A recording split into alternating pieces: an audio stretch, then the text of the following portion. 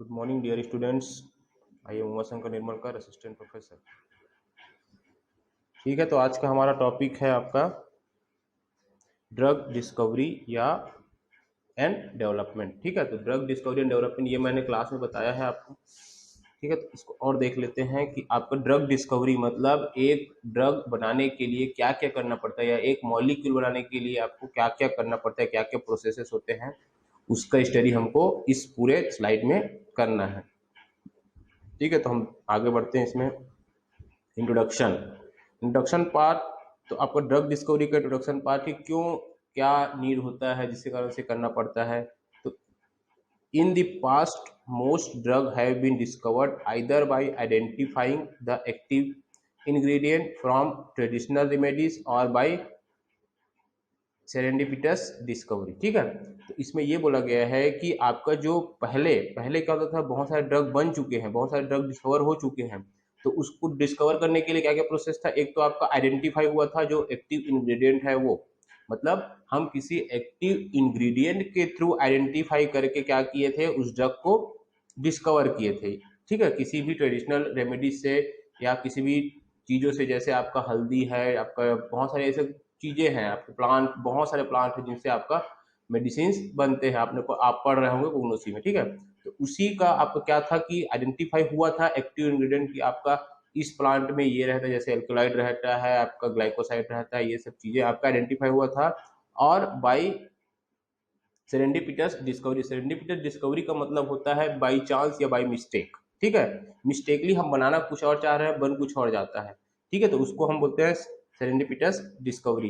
तो आपका आप कुछ चीज़ों को जानते थे कि इसमें ये एक्टिव इंग्रेडिएंट है, उसके अकॉर्डिंग ड्रग बनाया गया, डेवलप किया गया, डिस्कवर किया गया, और कुछ में आपका अनचाहे तरीके से या बाई चांस आपका कोई मेडिसिन बन गया। जैसे आपको एग्जाम्पल याद होगा, एक पेनिसिलिन का एग्जाम्पल याद है, जिसको बाई मिस्टेक बना था। ठीक है, बाई मिस्टेक डिस्कवर हुआ था। ठीक है, तो वो हो गया आपका। उसके बाद but now we knows disease are controlled at molecular and physical level. अब हम अभी जानते हैं कि अब आपके डिसीज आ चुके हैं। ठीक है, डिसीज आ चुके हैं और उसको हम लोग कंट्रोल कर रहे हैं मॉलिक्यूलर लेवल पे और फिजियोलॉजिकल लेवल पे। मॉलिक्यूलर लेवल पे मतलब कि देखो, मॉलिक्यूलर लेवल और फिजियोलॉजिकल लेवल मतलब उसके फंक्शनल बेस पे। फंक्शनल बेस का मतलब हो गया कि आपको जैसे पेन कर रहा है, तो पेन क्या है, एक फंक्शन है, तो उस पेन को हम रिड्यूस करेंगे तो आपका जो आपको फिजियोलॉजिकल बेस पे है आपका कंट्रोल हो रहा है। अब मॉलिक्यूलर बेस मतलब, मॉलिक्यूलर मतलब आप जब रिसेप्टर बेस करेंगे, मतलब रिसेप्टर में जाने के बाद एक्ट करेंगे। जैसे हमने रिसेप्टर हम पढ़ लिया है, कुछ कुछ रिसेप्टर हमने पढ़ लिया है, जैसे जी प्रोटीन हो गया, आयन चैनल हो गया, तो उस रिसेप्टर पे जाके कोई ड्रग एक्ट कर रहा होगा, तो वो आपका क्या हो गया, मॉलिक्यूलर बेस हो गया। ठीक है, तो ये सब तरीके हैं आपके ड्रग डिस्कवर। तो हम देखेंगे कि फिजियोलॉजिकल बेस पे किया जाए, मतलब अभी के टाइम में तो फिजियोलॉजिकल बेस पे और मॉलिक्यूलर बेस पे दोनों में आपका क्या हो रहा है, कंट्रोल किया जा रहा है डिसीज को। ठीक है, उसके बाद है also shape of an molecule at atomic level is well understood. ठीक है, तो आपके जो मॉलिक्यूल्स हैं, आपके जो ड्रग्स हैं, उनके शेप मतलब स्ट्रक्चर, ठीक है, वो वेल अंडरस्टूड है, मतलब आप समझ रहे हैं उसके स्ट्रक्चर, जो भी आप अभी मेडिसिनल केमिस्ट्री पढ़े होंगे या पढ़ रहे होंगे या देखेंगे। ठीक है, स्ट्रक्चर आपने पढ़ा हुआ है, तो वो क्या है, हम जान रहे हैं। उसमें क्या है, हम थोड़े थोड़े चेंजेस करके भी क्या है, नया ड्रग डिस्कवर कर सकते हैं। नया मॉलिक्यूल तो नहीं, लेकिन उसी मॉलिक्यूल का हम क्या कर सकते हैं, एक कॉपी बना सकते हैं जिसका थोड़ा सा स्ट्रक्चर डिफरेंस हो सकता है। ठीक है, तो ये आपके इंट्रोडक्शन हो गए। अब हम देखेंगे आपका डेफिनेशन। तो आपका ड्रग डिस्कवरी जो प्रोसेस होता है वो क्या होता है। ठीक है, drug discovery a process that starts with the identification of disease and therapeutic target of interest and include methodology. ठीक है, ये एक प्रोसेस होता है जिसमें हम क्या करते हैं, आइडेंटिफाई करते हैं डिसीज को आइडेंटिफाई करते हैं, उसके बाद उसके थेराप्यूटिक टारगेट को, या उसमें कौन सा, मतलब हम क्या, अगर कोई डिसीज हमको मिला तो हम उसको पूरे तरीके से क्लैरिफाई करते हैं कि ये डिसीज कहाँ पे हुआ है, किसका है, तो कौन सा ऑर्गन है, कौन सा पर्टिकुलर पार्ट है।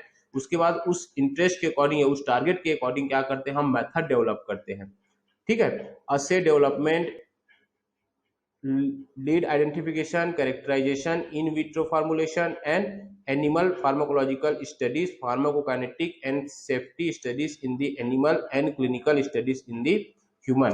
मतलब कि आपका ड्रग डिस्कवरी एक प्रोसेस है जिसमें हम डिसीज को आइडेंटिफाई करेंगे, देन टारगेट के अकॉर्डिंग क्या करेंगे, हम मेथड अप्लाई करेंगे कि उस किस मेथड के थ्रू इसको हम ठीक कर सकते हैं। अस्से डेवलपमेंट मतलब उसके लिए क्या क्या प्रोसेस डेवलप किया जा सकता है। लीड आइडेंटिफिकेशन, लीड आइडेंटिफिकेशन का मतलब कि उस पर्टिकुलर मॉलिक्यूल का लीड कौन सा है, मतलब जैसे हम बहुत सारे मॉलिक्यूल्स आइडेंटिफाई करते हैं, उसमें से कोई एक मॉलिक्यूल ही आपका काम का होता है, उसी को हम लीड मॉलिक्यूल बोलते हैं। ठीक है, तो उसका भी आइडेंटिफिकेशन करना है, फिर उसका कैरेक्टराइजेशन करना है। Characterisation in vitro in vivo, आपके 2-3 टाइप के मेथड होते हैं जिसको हम इन विट्रो और इन विवो बोलते हैं। ठीक है, तो आपका इन विट्रो जो होता है, आपका इन विट्रो मतलब हो जाता है कि आपका टेस्ट ट्यूब में, मतलब टेस्ट ट्यूब फिनोमिना ही बोलते हैं, तो हम किसी ऑर्गन का आपका कल्चर बनाते हैं, ऑर्गन को लेके उसका कल्चर बनाते हैं बाहर में, या हम पेट्री डिश बनाएंगे, या बहुत सारे तरीके होते हैं आपके, तो उसको हम कल्चर बनाते हैं, उसमें हम टेस्ट लगा के देखते हैं। मतलब पर्टिकुलर जैसे हमको फॉर एग्जांपल स्टमक में कोई देखना है, तो स्टमक का क्या करेंगे, हम एक स्लाइस निकाल के उसका कल्चर बनाएंगे, मतलब बाहर में आपका स्टमक जैसा स्ट्रक्चर डेवलप करेंगे, फिर उसमें एक्शन करके देखेंगे ड्रग का कि एक्शन हो रहा है कि नहीं होता, इसको हम इन विट्रो बोलते हैं। ठीक है, तो इन विट्रो कैरेक्टराइजेशन है। इन विट्रो फॉर्मुलेशन, उसका फॉर्मुलेशन क्या बन सकता है। एनिमल फार्माकोलॉजिकल स्टडी, एनिमल पे हम फार्माकोलॉजिकल स्टडी करते हैं जिसको हम लोग बोलते हैं प्री क्लिनिकल ट्रायल्स। ठीक है, उसके बाद होता है pharmacokinetic and safety study in animals. ठीक है, तो उसके बाद हम उसकी फार्माकोकाइनेटिक देखेंगे कि उसका ADME क्या होता है। ठीक है, उसका सेफ्टी स्टडी मतलब आपका एनिमल पे वो ड्रग सेफ है कि नहीं है, एनिमल पे सेफ है तब जाके हम उसको क्या करेंगे, then and clinical studies in human, then हम क्या करेंगे उसको ह्यूमन पे अप्लाई करेंगे, जिस पार्ट को हम बोलते हैं, जब हम एनिमल पे अप्लाई करते हैं तो उसको हम बोलते हैं प्री क्लिनिकल ट्रायल्स, और क्लिनिकल की जहां बात आ जाती है वहां हम उस ड्रग को अब कहाँ यूज करेंगे, आपके ह्यूमन पे। ठीक है, ह्यूमन बॉडी पे यूज करेंगे। तो ये आपका एक डिसीज को आइडेंटिफाई करने से लेके उसको उसके टारगेट को आइडेंटिफाई करने से लेके ह्यूमन में यूज करने तक के प्रोसेस को हम पूरा बोलते हैं ड्रग डिस्कवरी। ठीक है, और उसका डेवलपमेंट कैसे कैसे होता है हम आगे देखते जाएंगे। ठीक है, इसमें आपके डिफरेंट स्टेजेस है, जैसे आपका बेसिक रिसर्च। बेसिक रिसर्च मतलब हम कोई ड्रग को नया, मतलब नया चीज ढूंढना है हमको, तो हमको क्या करना पड़ेगा, रिसर्च करना पड़ेगा। रिसर्च करने का मतलब ही क्या होता है, चीजों को ढूंढना। ठीक है, ठीक है, फिजिबिलिटी आपका स्टडी, फिजिबिलिटी स्टडी का मतलब हो गया कि आपको उसके बारे में पूरी स्टडी भी करनी पड़ेगी। फिजिबिलिटी आपका पूरा स्टडी मतलब आपको A to Z पता होना चाहिए कि आपका क्या क्या वो ड्रग है। ठीक है, तो आपको वो सब पता रहेगा तब आप उसके बारे में करेंगे। तो आपको जो फिजिबिलिटी स्टडी का मतलब हो गया कि आपको क्या संभावित और स्टडी हो सकता है, संभावित या संभावित भी बोल सकते हैं। ठीक है, संभावित मतलब हम सिर्फ एज्यूम कर सकते हैं कि हो सकता है इससे ठीक हो जाए, क्योंकि हमको नहीं पता है, क्योंकि इसमें टाइम लगेगा। तो हमको क्या करना है, एक मॉलिक्यूल को लेके करना है कि इसमें हो सकता है, तो उसको पूरा स्टडी किया जाता है, तो उसको फिजिबिलिटी स्टडी कहते हैं। तो बाद प्रोग्राम, अब अगर हमको एक चीज मिल गया तो हम उसके लिए प्रोग्राम डेवलप करेंगे कि पहले ये करेंगे, फिर ये करेंगे, फिर ये करेंगे, तो एक शेड्यूल बनाएंगे जिसको हम प्रोग्राम बोल रहे हैं। ठीक है, तो नॉन क्लिनिकल डेवलपमेंट, तो क्लिनिकल आपका नॉन क्लिनिकल डेवलपमेंट मतलब आप एक मॉलिक्यूल बना लेंगे, एक आपका डोज बना लेंगे या एक डोजेस फॉर्म बना लेंगे, तब जाके आप उसको एनिमल में स्टडी करेंगे, तो हम उसको बोल रहे हैं नॉन क्लिनिकल डेवलपमेंट। ठीक है, नॉन क्लिनिकल का मतलब ही है कि ह्यूमन अदर देन ह्यूमन। ठीक है, उसके बाद आपका क्लिनिकल डेवलपमेंट, जब हमको सक्सेस मिल जाएगा कि ह्यूमन पे भी एनिमल पे अच्छे से काम कर रहा है, तो हम उसको क्या करेंगे, अब क्लिनिकली डेवलप करेंगे। उसके लिए पर्टिकुलर डोज बनाएंगे, कौन सा डोज में ये आपका एनिमल में था तो कौन सा डोज ह्यूमन के लिए अच्छा रहेगा, इसके लिए पूरा बनाना पड़ेगा। तो ये आपका पूरा कंप्लीट हो जाता है इसका डेफिनेशन, और क्या क्या प्रोसेस होता है उसको हम आगे देखते जाएंगे। ठीक है, तो ये आपका डेफिनेशन हो गया। अब इसमें आपको एक चीज समझ, इस डायग्राम से आपको समझ में आ रहा होगा, इसमें लिखा है थेराप्यूटिक डेवलपमेंट पाइपलाइन। ठीक है, थेराप्यूटिक डेवलपमेंट पाइपलाइन, तो ये आपका drug discovery, pre clinical, clinical trials, FDA review और क्लिनिक। ठीक है, तो ड्रग डिस्कवरी मतलब ये आपको देखिए इसमें कितना है, 10,000 कंपाउंड्स ये आपको दिख रहा है, मतलब इसमें आपके 10,000 कंपाउंड है, मतलब हमने आइडेंटिफाई किया 10,000 कंपाउंड्स को। ठीक है, अब 10,000 कंपाउंड हम ड्रग डिस्कवर किए हैं, अब उसमें से हमको आगे प्रोसेस करते जाना है, करते जाना है, करते जाना है, करते जाना है। उसके बाद हमको क्या मिलेगा, आपको प्री क्लिनिकल के लिए 250 फॉर्मुलेशन या 250 कंपाउंड मिलेंगे। उस 10,000 से हमको 250 मिल चुके हैं। अब उस 250 को हम क्या करेंगे, प्री क्लिनिकल करेंगे। प्री क्लिनिकल का मतलब हो गया आपका एनिमल पे स्टडी करेंगे। ठीक है, तो एनिमल पे स्टडी करने के बाद हमको समझ में आते जाएगा कि आपका 250 मिला है, उसमें से एक इफेक्टिव हो सकता है, ज्यादा टॉक्सिक हो सकता है, एक कम इफेक्टिव हो सकता है। ऐसे से करके हम चीजें निकालेंगे जिसमें से हमको 5 चीजें जो है बहुत अच्छी सी मिल जाएंगी। उस 5 में से हम उस 5 को हम क्या करेंगे, क्लिनिकल ट्रायल में डाल देंगे। तो this phase of clinical trial. ठीक है, तो क्लिनिकल ट्रायल का मतलब ही होता है आपका ट्रायल इन ह्यूमन, ठीक है, ह्यूमन पे स्टडी करना चालू कर देंगे। तो अब आप देख लीजिए यहाँ पे ड्रग डिस्कवरी और प्री क्लिनिकल, तो इस प्रोसेस में आपका कितना साल लग गया, 6.5 ईयर्स, मतलब 6.5 साल इसमें लग गए, 6.5 साल इसमें लग गए। अब 6.5 साल आपका सिर्फ डिस्कवरी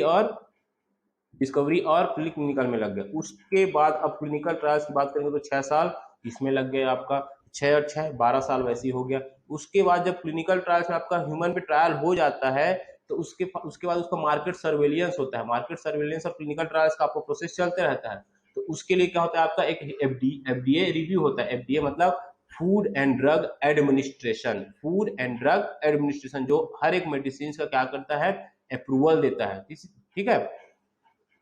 ये आपका अमेरिका का ड्रग, मतलब ये आपके पूरे कंट्री के लिए, पूरे विश्व के लिए है, लेकिन आपका ये अमेरिका का है, ठीक है। एफडीए भारत में जैसे आपका डीपीसीओ है, ठीक है, ड्रग प्राइस कंट्रोल यूनिट, वैसे आपका क्या ऑर्गेनाइजेशन, ठीक है। तो वैसे आपका एफडीए होता है, food and drug administration review, वो रिव्यू करेगा, देन उसको परमिट कर देगा, कहाँ के लिए, क्लिनिक के लिए, ठीक है। इसमें भी आपका 1.5 साल लग गया। तो आपको समझ आ गया होगा कि यहाँ पे 12 12.5 साल हो गया, एक 13 और एक 14 साल।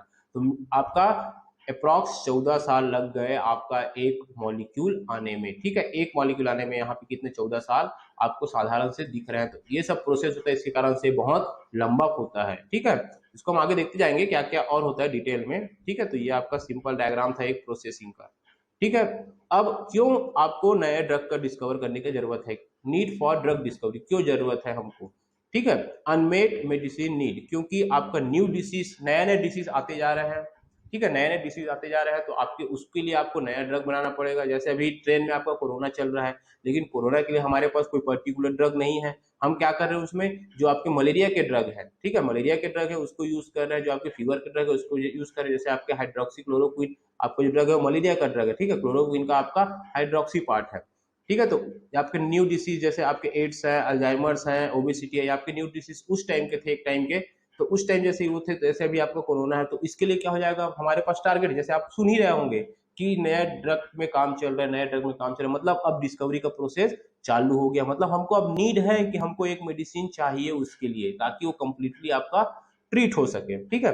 तो आपका न्यू डिसीज हो गया। देन अब बात करेंगे लो एफिकेसी। लो एफिकेसी मतलब ड्रग तो है मार्केट में, लेकिन किसी किसी की एफिकेसी क्या है, कम है, एफिकेसी क्षमता कम है। तो उसके लिए हम क्या कर सकते हैं, और कोई ड्रग बना सकते हैं। जैसे आपकी डिमेंशिया है, जैसे आपके कैंसर है, कैंसर और डिमेंशिया का मतलब है याददाश्त, मतलब आपका जो यादें हैं वो भूल जाना, ठीक है, लॉस ऑफ मेमोरी, डिमेंशिया, ठीक है, कैंसर। तो ये सब क्या है, अगर आप कैंसर के लिए जाएंगे तो कैंसर के लिए कोई प्रॉपर एकदम से अच्छा ट्रीटमेंट नहीं है कि सभी पेशेंट बच ही जाए, ठीक है। तो आपका डिमेंशिया के भी वही है। तो उसके लिए भी हम कुछ, मतलब इसमें जो ड्रग है वो क्या है, लो एफिकेसी के है, कम क्षमता वाले हैं। तो इसके लिए भी हमको ड्रग चाहिए रहेगा, मतलब नए ड्रग चाहिए रहेंगे, डिस्कवरी चाहिए रहेगी। उसके बाद आपके साइड इफेक्ट, हम फार्माकोलॉजी वाले स्टूडेंट हैं तो हम ये भी जानते हैं कि हर एक ड्रग का अपना साइड इफेक्ट होता है। ऐसा मार्केट में कोई ड्रग नहीं जिसका कोई साइड इफेक्ट ना हो। तो हम सर्च कर सकते, देखिए हम रिसर्च कर सकते, तो यही तो आपको ड्रग डिस्कवरी है, हम नया रिसर्च कर सकते हैं कि ऐसा कोई ड्रग ढूंढ ले जिसमें कोई साइड इफेक्ट ना हो। तो अगर कोई साइड इफेक्ट नहीं होगा तो वो ड्रग क्या है, सबसे बेस्ट ड्रग है। तो जैसे आपके एंटीसाइकोटिक्स, एंटी डिप्रेसेंट, ये सबके साइड इफेक्ट्स होते हैं। तो ये सब चीजें होती है जिसके कारण से हमको ड्रग डिस्कवरी की नीड होती है, ठीक है। देन हम देखते हैं ड्रग डेवलपमेंट, क्या होता है ड्रग डेवलपमेंट का प्रोसेस, ठीक है। तो drug development the entire process of taking a newly discovered compound or drug through regulatory approved to the point of marketing, ठीक है। मतलब ड्रग डेवलपमेंट का जो प्रोसेस होता है वो क्यों होता है, drug development the entire process of taking a newly discovered, मतलब ये आपका एक प्रोसेस होता है जिसमें हम क्या करते हैं, एक नया डिस्कवर मतलब एक नया कंपाउंड डिस्कवर करते हैं या कोई ड्रग डिस्कवर करते हैं, ठीक है। तो डिस्कवर कैसे करते हैं, through regulatory approval to the point of marketing. Regulatory approval मतलब वही एफडीए के अप्रूवल के बाद, ठीक है। तो ये आपका क्या हो गया, ड्रग डेवलपमेंट का प्रोसेस हो गया। during the development the new drug during the development the new drug during the development new drug or the compound should adhere to high standard in the conduct, analysis and interpretation of preclinical and clinical studies for its smooth passage through the regulatory approval phase and eventually marketing। ठीक है, मतलब कि आपका जब नया drug develop होता है तो उस प्रोसेस के दौरान में जो आपके नए ड्रग हैं वो आपके हाई स्टैंडर्ड के होने चाहिए। ठीक है, उसका एनालिसिस जो होता है वो अच्छा होना चाहिए। इंटरप्रिटेशन मतलब जो कंपेरिजन है, जो आपके पुराने ड्रग्स जो मार्केट में अवेलेबल है उसके साथ जो कंपेरिजन है वो आपका अच्छा होना चाहिए। प्री क्लिनिकल जो होता है एनिमल के साथ वो अच्छा होना चाहिए। क्लिनिकल स्टडी बहुत अच्छे से होनी चाहिए, मतलब ऐसा नहीं कि आपके जो ह्यूमन क्लिनिकल के टाइम पे आपका ह्यूमन का डेथ बहुत ज्यादा हो गया है, ठीक है, तो वो आपका स्मूथ होना चाहिए। जो प्रोसेस है क्यों ये प्रोसेस क्यों स्मूथ होने चाहिए, ये सब प्रोसेस क्यों स्मूथ होने चाहिए, ताकि ये आपका अप्रूवल के लिए आपको प्रॉब्लम क्रिएट ना करे। तो ये सब चीजें आपकी बहुत अच्छे से रहेंगी तो आपको अप्रूवल बहुत अच्छे से मिलेगा और ये ड्रग आपके मार्केट में आ जाएगा। तो मार्केट में आ जाएगा मतलब ये आपका ड्रग पूरा डेवलप हो गया। ठीक है, ये आपके पाथवेज हैं जो ड्रग डेवलपमेंट में काम आते हैं। पहला डिस्कवरी, डिस्कवरी मतलब नया बनाना, ठीक है, प्री क्लिनिकल डेवलपमेंट और क्लिनिकल डेवलपमेंट। उसके बाद उसका प्री क्लिनिकल डेवलपमेंट मतलब एनिमल पे ट्रायल करेंगे, उसके बाद क्लिनिकल डेवलपमेंट मतलब ह्यूमन पे ट्रायल करेंगे। तो ये सब प्रोसेस जब हम कंप्लीट कर लेते हैं तो आपका ड्रग जो है कंप्लीटली डेवलप हो जाता है। तो ये है आपका ड्रग डेवलपमेंट, मतलब कि आपका एक न्यू ड्रग खोजने से लेके उसको अप्रूवल मतलब ऑथेंटिकेटेड अप्रूवल या रेगुलेटरी अप्रूवल मिलने तक जो प्रोसेस होता है वो आपका होता है ड्रग डेवलपमेंट। ठीक है, तो ये आपका हो गया ड्रग डेवलपमेंट। अब ये आपको समझ, इस डायग्राम से आपको समझ में आएगा कुछ कुछ चीजें जो है, जैसे आपकी ड्रग डिस्कवरी। ठीक है, ड्रग ड्रग डिस्कवरी में आपका टारगेट सिलेक्शन, ये आप प्रोसेस पढ़िएगा। टारगेट सिलेक्शन आपका, ठीक है, लीड फाइंडिंग, लीड मतलब आपका एक molecule, lead optimisation, lead optimisation का मतलब होता है कि आपका जो ऑप्टिमाइजेशन का मतलब अनुकूलित ड्रग या जो मोस्ट इफेक्टिव ड्रग है वो। उसके बाद फार्माकोलॉजिकल प्रोफाइलिंग, फार्माकोलॉजिकल प्रोफाइलिंग मतलब उसका पूरा प्रोफाइल, एडीएमई, मैकेनिज्म एक्शन, सारी चीजें, ठीक है, वो सब आपका ड्रग डिस्कवरी। तो इसमें आपके इस पूरे प्रोसेस को करने से हमको 2.5 साल, 2 से 5 साल लग जा रहा है। ठीक है, 2 से 5 साल लग जाते हैं। उसके बाद आपका आता है pre clinical development. Pre clinical development में आपको फार्माकोकाइनेटिक स्टडी करना पड़ेगा, शॉर्ट टर्म टॉक्सिसिटी मतलब टॉक्सिसिटी या टॉक्सिकोलॉजी स्टडी करना पड़ेगा, उसका फार्मूलेशन देखना पड़ेगा, फिर आपका सिंथेसिस स्केल अप देखना पड़ेगा कि सिंथेसिस प्रॉपर तरीके से हुई कि नहीं हुई है। तो इस प्रोसेस में भी आपको कितना साल लग गया, 1.5 साल इसमें लग गया, 1.5 ईयर्स। ठीक है, इसमें आपके 12 कंपाउंड जैसे मिले हुए हैं। ठीक है, तो आपके 12 कंपाउंड्स मिले हुए हैं आपके। ठीक है, उसके बाद आपका आता है क्लिनिकल डेवलपमेंट। क्लिनिकल डेवलपमेंट का मतलब हो गया कि अब आपका ह्यूमन पे अब यूज करना चालू करेंगे। आपका प्री क्लिनिकल मतलब एनिमल पे चलेगा। ठीक है, एनिमल पे हम एनिमल पे ही टॉक्सिसिटी स्टडी करते हैं, जिसके बाद हमको जो ड्रग मिलता है उसका हम डोज, उसमें हमको डोज डिसाइड हो जाता है। ठीक है, फेज 1 चालू होता है। फेज 1 में भी आपको बहुत सारे pharmacokinetic, tolerability, side effect in healthy volunteers. ठीक है, तो ये कंडीशंस होते हैं। तो अब इसमें आपका क्या है, इट इज सेफ, तो आपकी सेफ्टी मेजरमेंट चालू, आपका फेज 1 में सेफ्टी मेजरमेंट होता है, तो जो हम दिए हैं वो सेफ है कि नहीं है। तो इसमें हमको 5 मॉलिक्यूल, 12 में से 5 मॉलिक्यूल यहाँ मिले। ठीक है, और इस प्रोसेस में देख लीजिए पूरा 5 से 7 साल लगा है। उसके बाद आपका फेज 2 आता है फेज 1 के बाद। तो इसमें आपको क्या हुआ, small scale trials in patient to assess efficacy and doses. ये आपको समझ में आएगा, ठीक है, नहीं आएगा तो भी ना हम इसको क्लिनिकल ट्रायल बहुत डिटेल में पढ़ेंगे, फेज 1, फेज 2, फेज 3, फेज 4 को। तो अभी आप सिर्फ ये समझिए क्लिनिकल डेवलपमेंट हो क्या रहा है। ठीक है, उसके बाद आपका आगे लॉन्ग टर्म टॉक्सिसिटी, मतलब ये आपका लॉन्ग टर्म के लिए टॉक्सिसिटी स्टडी करना पड़ेगा। टॉक्सिकोलॉजी की, ज्यादा टॉक्सिक तो नहीं है।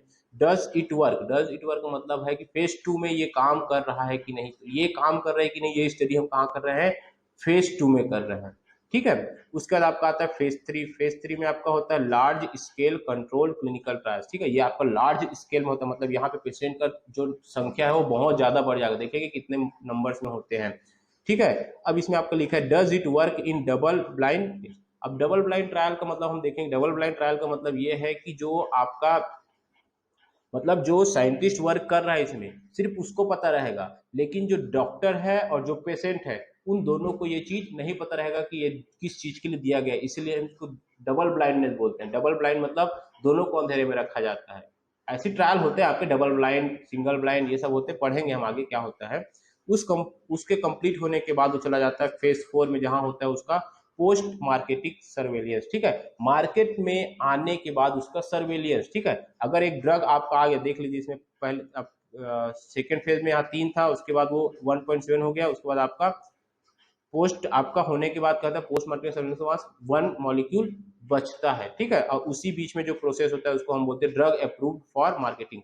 पहले हमको मार्केट के लिए क्या करना पड़ता है, अप्रूव करना पड़ता है, तो आपका ड्रग मार्केटिंग अप्रूवल हो जाता है। ठीक है, उसके बाद आपका आता है पोस्ट मार्केटिंग सर्वेलेंस, मतलब आपके मार्केट में आने के बाद आप सर्वे करते हो ड्रग के ऊपर कि इस चीज को ये ड्रग दिया गया था। अब उसके बाद हम इस पेशेंट को क्या करते हैं, उससे पता लगाते हैं, उससे पूछते हैं आने के बाद कि आप में कैसा इफेक्टिव रहा। तो ये आपका पोस्ट मार्केटिंग सर्वे, मार्केट में आने के बाद उसका क्या मतलब जो आपको क्लिनिकल में मिला था वो आपको मार्केट में आने के बाद मिल रहा है कि नहीं, उसके बाद ही आपका ये जो ड्रग है वो एफडीए अप्रूवल के लिए जाता है। अगर ये आपका मार्केट में बहुत अच्छा है तो ये अप्रूव हो जाता है। ठीक है, तो ये पूरा प्रोसेस होता है आपका ड्रग डिस्कवरी का, pre clinical development, clinical development, तो ये आपका ड्रग डेवलपमेंट का प्रोसेस हो गया। ठीक है, 3 प्रोसेस होता है आपका ड्रग डिस्कवरी, ठीक है, प्री क्लिनिकल डेवलपमेंट और आपका क्लिनिकल डेवलपमेंट। ठीक है, तो ये आपका ड्रग डेवलपमेंट हो गया। अब इसमें डिटेल में हम देखते जाएंगे कि क्या क्या होता है। तो आपका ड्रग डिस्कवरी का जो प्रोसेस होता है वो आपका किस टाइप का है, देख लीजिए, ड्रग डिस्कवरी प्रोसेस। ठीक है, ड्रग डिस्कवरी प्रोसेस की बात करेंगे तो यहाँ पे, ठीक है, आपका पहला क्या था, pre clinical study. Pre clinical study तो यहाँ लिखा है रिसर्च टीम, ठीक है, फॉर्म्ड एंड ऑब्जेक्टिव सेट। ठीक है, तो वो आपका जो रिसर्च टीम है वो एक आपको जो चीजें हैं उसको क्या कर लेगा, फॉर्म मतलब बना लेगा और ऑब्जेक्टिव को सेट कर लेगा।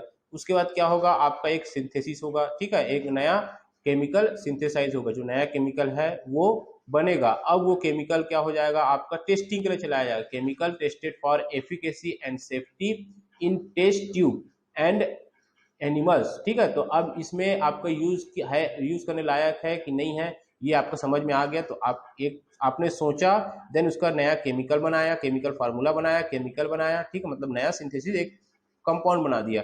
उसके बाद उसका टेस्ट होगा, उसकी एफिकेसी सेफ्टी टेस्ट होगी एनिमल पे, देन वो चला गया आपका इंडस्ट्री में फॉर्मुलेशन के लिए। ठीक है, मतलब एक फॉर्मुलेशन के लिए आपके इंडस्ट्री में चला गया।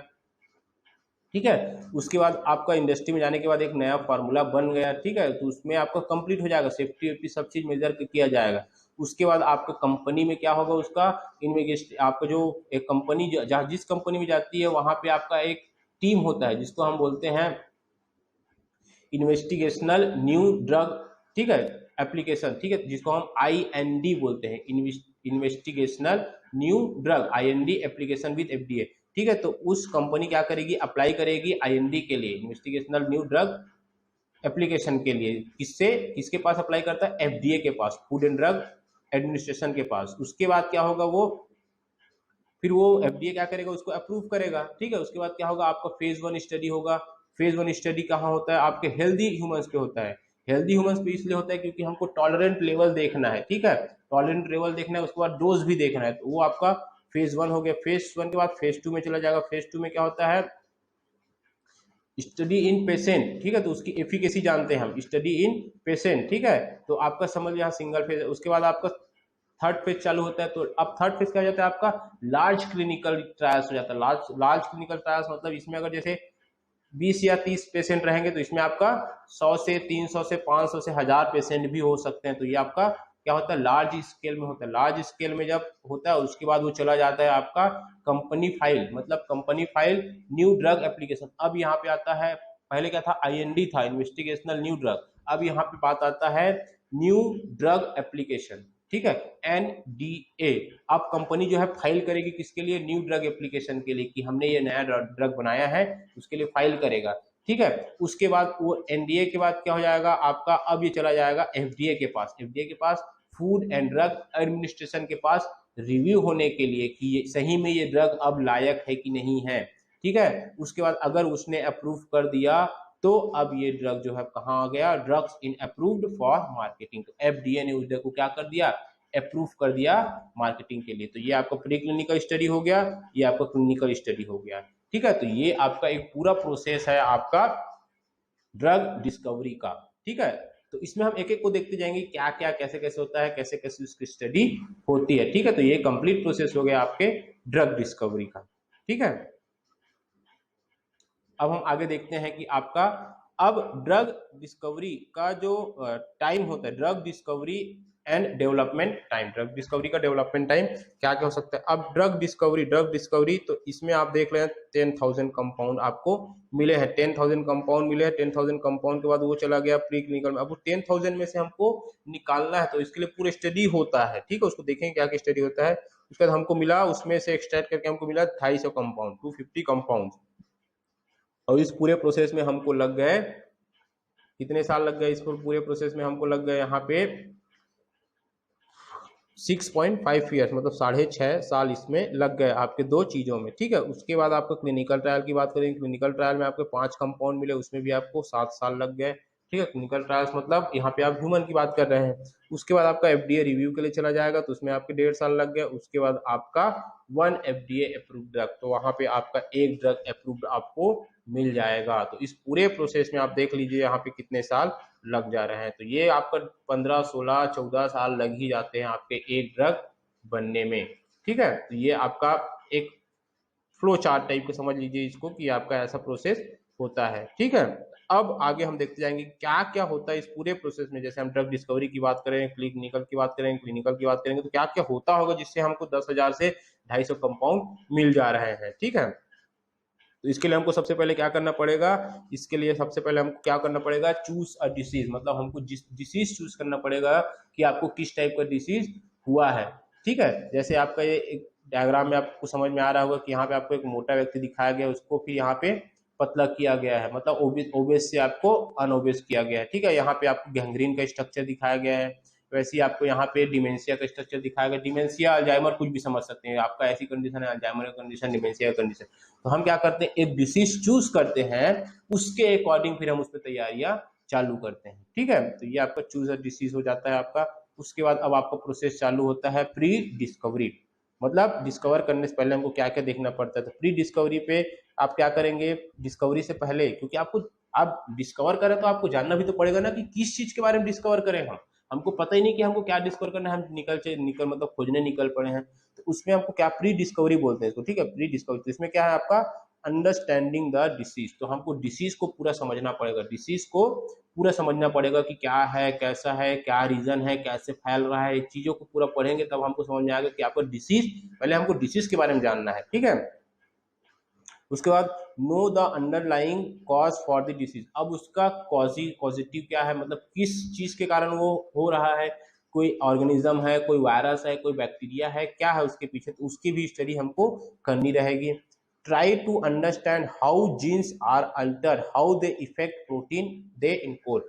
अब हम देखते हैं कि आपको कुछ चीजें जो है आपका आती तो है मार्केट में और सडनली अपने आप को चेंज कर लेता है। जैसे कुछ डिसीजेस होते हैं, तो अब हमको क्या करना पड़ेगा, उसके पूरे जीन्स का स्टडी करना पड़ेगा, और कैसे कैसे चेंजेस करता है उसका स्टडी करना पड़ेगा, और वो कैसे इफेक्ट होते हैं, प्रोटीन को कैसे इनकोड करते हैं, ठीक है। तो जैसे आपने भी कोरोना के बारे में सुना होगा कि कोरोना का कुछ ऐसे सिम्टम्स आ रहे हैं जिसमें ना आपको खांसी आ रहा है, ना छींक आ रहा है। तो ये आपके क्या है, वो उस अपने आप के अपने जीन को क्या कर लिया, उसने अल्टर कर लिया, चेंज कर लिया, अपने प्रोटीन मॉलिक्यूल्स को इनकोड कर लिया, जिसके कारण से उसमें अब सिम्टम्स नहीं दिख रहे हैं। तो वैसे ही आप बाकी डिसीज का भी क्या करते हैं, ये सब चीजें हम स्टडी करते हैं, ठीक है। स्टडी करेंगे तभी तो हम उसमें डिस्कवरी कर सकते हैं। उसके बाद है आपका how protein interact with each other in living cell. उसके बाद अब आपका डिसीज का प्रोटीन और आपके बॉडी का प्रोटीन वो एक दूसरे से कैसे रिएक्ट कर रहा है, इंटरेक्ट कर रहा है, ये भी हम स्टडी करते हैं, ठीक है। कि आप उसके जैसा तो नहीं बन जा रहा है आपका, जो आपका माइक्रो ऑर्गेनिज्म का प्रोटीन है वो आपकी बॉडी के प्रोटीन की तरह तो अपने आप को नहीं ढाल ले रहा है, तो उसको भी हम स्टडी करते हैं। उसके बाद क्या करेंगे आपका how those affected cell change the specific tissue they are in, ठीक है। मतलब जो आपके अफेक्टेड सेल हैं, जिस जो माइक्रो ऑर्गेनिज्म ने या जो वायरस ने उस सेल को अफेक्ट किया है, उसके टिश्यू कैसे टाइप के हैं, क्या चेंजेस हुए हैं उन टिश्यू में, ज्यादा रप्चर हुआ है कि आपका ज्यादा कंडीशन खराब है, तो ये हमने सेल इंजरी में पढ़ा है, कैसे कैसे टाइप के आपके चेंजेस होते हैं। तो उस चेंजेस को भी हम देखेंगे कि आपका साइज बढ़ गया है कि साइज छोटा हो गया, एट्रोफी है, हाइपरट्रॉफी है, आपका हाइपोट्रॉफी है, चीज हम पढ़ते हैं, ठीक है, मतलब उसकी स्टडी करेंगे। देन आपका क्या होता है finally how they disease affected the entire patient. उसके बाद हम फाइनली एक चीज एग्जामिन कर लेते हैं कि वो डिसीज जो है, वो डिसीज का या वो डिसीज का वायरस जो है उस आपके पेशेंट पे हाईली मतलब फाइनली क्या इफेक्ट दिया है। तो उस पूरे पेशेंट के पूरे बॉडी पे कहाँ कहाँ क्या इफेक्ट दिया है वो हम स्टडी करते हैं। उसके बाद तो ये आपका प्री डिस्कवरी होगा, उसके बाद हम डिस्कवरी चालू करेंगे, ठीक है। तो ये आपका प्री डिस्कवरी मतलब डिस्कवर करने से पहले हमको इन चीजों के बारे में जानना जरूरी है, तब जाके हम डिस्कवर कर पाते हैं, ठीक है।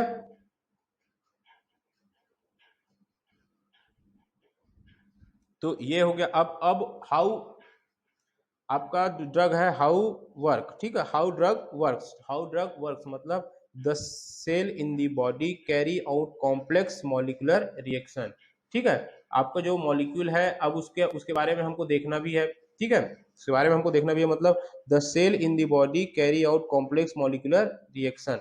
अब आपका जो सेल है और उस कॉम्प्लेक्स मॉलिक्यूलर रिएक्शन देखना पड़ेगा। आपका सेल इन दी बॉडी मतलब आपके बॉडी में जो सेल है वो उस पर्टिकुलर कॉम्प्लेक्स के साथ कैसे वर्क करता है, ये हम स्टडी जानते हैं, इसको कैसे वर्क करता है, कैसे किस रिसेप्टर के साथ बाइंड होता है, तो क्या इफेक्ट देता है। A mistake in one reaction might stop an important protein from being produced or overproduced, lead to body not producing enough cell diabetes or overproduction cell cancer, ठीक है। मतलब कि अब हाउ ड्रग वर्क मतलब कैसे कैसे वर्क करता है, तो हम अगर मिस्टेकली कुछ आपके जो सेल का फॉर्मेशन हो रहा है उसमें कुछ मिस्टेक हो जाता है या उसके प्रोटीन में कुछ मिस्टेक्स हो जाते हैं, या तो वो आपका प्रोड्यूस होता है या तो ज्यादा प्रोड्यूस होता है। तो अगर मतलब प्रोड्यूस नहीं होता या तो ज्यादा प्रोड्यूस होता है, तो प्रोड्यूस नहीं होता है उस केस में अगर हम पढ़ेंगे तो उसको हम बोल सकते हैं जो इनफ सेल जो है प्रोड्यूस नहीं हो पाता है वो आपका डायबिटीज की बात करेंगे। तो आपका इंसुलिन अच्छे से प्रोड्यूस नहीं हो पाता इसलिए डायबिटीज हो जाता है। अब ओवर प्रोडक्शन की बात करेंगे तो आप ओवर प्रोडक्शन मतलब ओवर आपको ज्यादा बन जाएगा, तो उसको हम क्या बोल रहे हैं, कैंसर बोल रहे हैं। तो ये आपके कंडीशन से, आपके बॉडी की कंडीशन से, तो इसको भी अल्टर करता है आपका कोई माइक्रो ऑर्गेनिज्म, ठीक है। Then drug molecules affect this pathway by interacting with certain molecules along the pathway, making them more or less active, changing their activities। मतलब यहाँ पे हम ये देख रहे हैं कि आपके जो ड्रग है वो जगह किस जगह पे कैसा इफेक्ट देता है। मतलब जैसे अगर हम डायबिटीज वाले ड्रग की बात करेंगे तो वो इसी पाथवे में एक्ट करेगा जहां पे आपका इंसुलिन का डेवलपमेंट नहीं हो रहा है। अगर हम कैंसर की बात करेंगे तो कैंसर एंटी कैंसर ड्रग कहाँ पे काम करेगा, जहां पे ओवर प्रोडक्शन हो रहा है सेल का वहां पे। वैसे ही आपके जो नए ड्रग बनाएंगे हम उसको भी ऐसे ही टारगेट करते हैं कि ये किस टाइप से एक्ट कर सकता है, ठीक है। तो इसको हम बोलते हैं हाउ ड्रग वर्क्स, ठीक। देन हम ड्रग डिस्कवरी की बात करते हैं। अब हमारा प्रोसेस स्टार्ट होगा ड्रग डिस्कवरी का। तो drug discovery begins in the laboratory with scientists of various functional areas working together to identify cellular and genetic factors that play role in specific disease। तो अब आपका ड्रग डिस्कवरी स्टार्ट होता है। Drug discovery start होगा कहाँ पे, एक laboratory में विथ साइंटिस्ट, मतलब एक लेबोरेटरी में साइंटिस्ट के साथ में स्टार्ट होता है। तो अब इसमें वेरियस फंक्शनल एरिया होगा, कुछ कंप्यूटर में बैठे रहेगा, कुछ काम करेगा, कुछ काम करेगा, जो मॉलिक्यूल लाने काम करेगा, कोई मॉलिक्यूल बनाने का काम करेगा। तो ये आपके जो बहुत सारे वर्कर्स होते हैं जो आपके वर्किंग करते हैं अलग अलग फंक्शनल एरिया में, वो क्या करेंगे, एक साथ काम करते हैं। एक साथ काम करते हैं किसके लिए, to identify cellular and genetic factors. वो क्या करेंगे, उसके सेलुलर और जेनेटिक फैक्टर को क्या करेंगे, आइडेंटिफाई करेंगे, that play a role in specific disease, ठीक है। तो डिसीज में जो आपके चीजें जो सेलुलर और जेनेटिक फैक्टर जो इन्वॉल्व हो रहे हैं उसके बारे में क्या करेंगे, कंप्लीट स्टडी करेंगे। कौन, जो वहां पे साइंटिस्ट है मतलब वेरियस फंक्शनल एरिया में जो वर्क कर रहे हैं साइंटिस्ट, वो उस आपको लेबोरेटरी में स्टडी करेंगे। तो वो आपका स्टार्ट होता है ड्रग डिस्कवरी का प्रोसेस, ठीक है। Identification of target and resources, तो ठीक है, उसके बाद आइडेंटिफाई भी करेंगे कि आपका किस किस टारगेट, कौन कौन टारगेट में काम करेंगे या कौन कौन से रिसोर्स से हमको मिला है तो कहाँ कहाँ पे ये एक्ट कर सकता है। तो ये आपका प्रोसेस है सिंपली ड्रग डिस्कवरी, ठीक है। देन हम देखते हैं आगे का प्रोसेस क्या है। आगे का प्रोसेस हम देखते हैं कि आगे का प्रोसेस है आपका टारगेट सिलेक्शन। टारगेट सिलेक्शन मतलब आपका किस टारगेट पे ये ड्रग एक्ट कर सकता है, तो उस टारगेट का भी सिलेक्शन बहुत जरूरी होता है, ठीक है। तो अगर बायोकेमिकल क्लास की बात करेंगे तो आपको ड्रग टारगेट क्या क्या हो सकता है, जी protein couple receptor, enzyme, hormone and factors, ion channel, nuclear receptor. तो ये रिसेप्टर के बारे में हमने पढ़ा है, ठीक है। तो उसमें से जो आपको 45% जो ड्रग है वो जी प्रोटीन, मतलब जो मोस्टली आपके ड्रग है वो जी प्रोटीन कपल रिसेप्टर पे एक्ट करते हैं। देन आपका एंजाइमेटिक रिसेप्टर पे एक्ट करेंगे, देन आपका हार्मोनल रिसेप्टर पे एक्ट करेंगे, उसके बाद आपके आयन चैनल पे, उसके बाद आपके न्यूक्लियर रिसेप्टर्स पे, ठीक है। तो न्यूक्लियर रिसेप्टर पे सबसे कम, क्योंकि आपके कुछ ही ड्रग है, जैसे आपकी स्टेरॉइड है, स्टेरॉइडल ड्रग ही आपके न्यूक्लियर रिसेप्टर्स पे एक्ट करते हैं। और हार्मोनल और फैक्टर, तो हार्मोन रिलेटेड ड्रग ही हार्मोनल फैक्टर्स पे एक्ट करेंगे। मोस्टली जो आपके सबसे ज्यादा इंपॉर्टेंट जो है आपका जी प्रोटीन कपल रिसेप्टर, ठीक है। तो उसमें आपके 45% ड्रग अफेक्ट कर रहे हैं या टारगेट, उसी में हम टारगेट ज्यादा करते हैं। अगर उसमें सक्सेस नहीं होता तो हम धीरे धीरे चेंजेस करते जाते हैं। तो ये आपके टारगेटेड है, मतलब ये आपके रिसेप्टर जो है टारगेट होते हैं जहाँ पे हमको आपका एक्शन मिलने के चांसेस होते हैं। ठीक है, तो ये आपके टारगेट सिलेक्शन हो गया। देन हम अब टारगेट आइडेंटिफिकेशन। ठीक है, टारगेट आइडेंटिफिकेशन मतलब drug usually act on either cellular or genetic chemicals in the body known as target which are believed to be associated with disease. तो आप अब यहाँ पे हम क्या कर रहे हैं, टारगेट को आइडेंटिफाई कर रहे हैं। टारगेट हमने पीछे क्या किया, हमने टारगेट सेलेक्ट किया, टारगेट सेलेक्ट किया, अब उस टारगेट को हमको आइडेंटिफाई करना है कि उसमें क्या क्या चीजें होती हैं। ठीक है, तो drug usually act on either cellular or genetic chemicals. तो हम जो ड्रग होता है यूजुअली तो आपको सेलुलर एक्ट करेगा या आपको जेनेटिक जो केमिकल है उसमें यूज करेगा, मतलब या तो आपको सेल में एक्ट करेगा या आपके जीन्स में एक्ट करेगा। ठीक है, ये उसमें दोनों में से किसी एक में एक्ट करेगा। ठीक है, तो कि मतलब बॉडी में जो आपके सेलुलर पार्ट है या जीन्स पार्ट है उसमें एक्ट करेगा, तो उसको हम क्या बोलते हैं, टारगेट बोल रहे हैं। तो वो टारगेट क्या होता है, आपको उस डिसीज से रिलेटेड होना चाहिए। ठीक है, उस डिसीज से रिलेटेड होना चाहिए, उस टारगेट को हम क्या कर रहे हैं, यहाँ पे आइडेंटिफाई कर रहे हैं। अब आपको काम मतलब फॉर एग्जांपल आपको काम करना है डायबिटीज में और आप टारगेट कर रहे हैं स्टमक को, तो ये आपका आइडेंटिफाई नहीं हुआ। अगर आपको डायबिटीज को टारगेट करना है तो आपको पैनक्रियास को टारगेट करना पड़ेगा।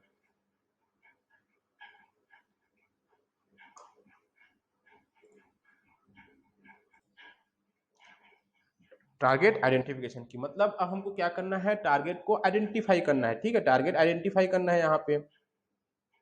तो आपके जो ड्रग है वो कैसे कैसे कहाँ कहाँ पे एक्ट करेगा तो हमको देखना ही है, क्योंकि आपके जो ड्रग है वो आपकी बॉडी में दो ही चीज हो सकते हैं, या तो सेल हो सकते हैं या तो जीन्स हो सकते हैं, तो दोनों में से किसी में एक्ट करेंगे। तो उसी के अकॉर्डिंग हम क्या करते हैं, डेवलप करते हैं, आइडेंटिफाई करते हैं। ठीक है, ये आपका ये लाइन जो है वही बोला गया है कि आपका drugs usually act on either cell or genes chemicals in the body, मतलब आपकी बॉडी में जो केमिकल्स हैं उसमें आपके जो जीन जेनेटिक केमिकल है, आपके सेलुलर केमिकल है, उसमें आप एक्ट करेंगे। तो उसको हम क्या बोल रहे हैं, टारगेट बोल रहे हैं। तो वो टारगेट को हम आइडेंटिफाई करेंगे कि वो सेल पे वर्क करेगा या जीन्स पे वर्क करेगा, तो उसको हम क्या करना है, आइडेंटिफाई करना रहेगा।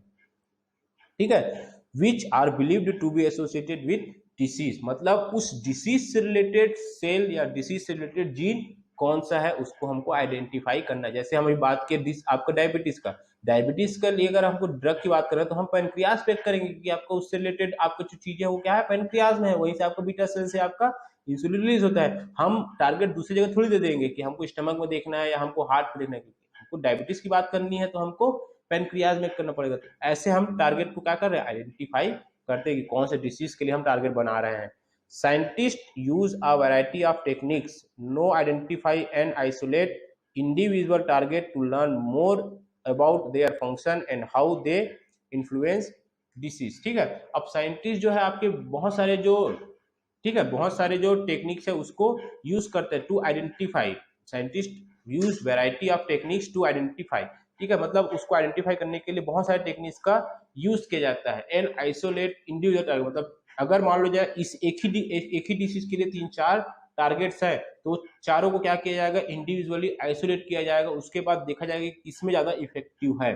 ठीक है, to learn more about their function and how they influence disease. अब उस जो पर्टिकुलर टारगेट है, पर्टिकुलर सेल है, उसमें हम देखेंगे कि उसमें अलग अलग जगहों पर ये आपका जो डिसीज है वो एक्ट कर रहा है, और उस चार जैसे मान लो चार जैसे मिल गया, उस चारों में से किस में ज्यादा इन्फ्लुएंस, मतलब किस टारगेट पे आपका जो डिसीज है वो ज्यादा इन्फ्लुएंसी शो कर रहा है, मतलब कहाँ पे एक्ट करके आपका डिसीज और बढ़ रहा है। ठीक है, मतलब आपके बॉडी के कौन सा ऐसा ऑर्गन वाला पार्ट है या कौन सा पार्ट है जहां पे वो डिसीज ज्यादा अपने आप को ग्रो कर रहा है, उसको भी हमको आइडेंटिफाई करना है, तभी तो हम उस पर्टिकुलर जगह पे एक्शन देंगे। तो ये आपका टारगेट आइडेंटिफिकेशन है कि वो डिसीज जो है कहाँ पे टारगेट किया है, तो हमको भी उस जगह को आइडेंटिफाई करना पड़ेगा ताकि हम उस जगह के लिए मेडिसिन बना सकें। ठीक है, तो इसको हम बोलते हैं टारगेट आइडेंटिफिकेशन। और होता है आपका compound are then identified that have various interaction with the drugs target that might be helpful in treatment of specific disease। ठीक है, compound are then identified have various interaction। ठीक है, जो अगर हम कोई कंपाउंड को आइडेंटिफाई कर लिए हैं तो हो सकता है वो वेरियस आपका इंटरेक्शन मतलब कई सारे रिएक्शंस दे सकता है उस ड्रग टारगेट के साथ में, कई सारे रिएक्शंस दे सकता है उस टारगेट के साथ में, जो हम टारगेट चूज किया आइडेंटिफाई किया उसके साथ में, जो आपके ट्रीटमेंट के लिए हेल्पफुल हो सकता है। मतलब हम जो कंपाउंड बनाए हैं, जो हम कंपाउंड बनाए हैं तो और जो हम टारगेट आइडेंटिफाई किए हैं, उन दोनों के बीच में हो सकता है कोई रिएक्शन हो, और वो रिएक्शन हो सकता है, माइट बी, ठीक है, helpful in the treatment of specific disease है, तो वो ट्रीटमेंट के लिए क्या हो गया, स्पेसिफिक हो सकता है। ठीक है, तो ये हो गया आपका टारगेट आइडेंटिफिकेशन। ठीक है, टारगेट आइडेंटिफिकेशन।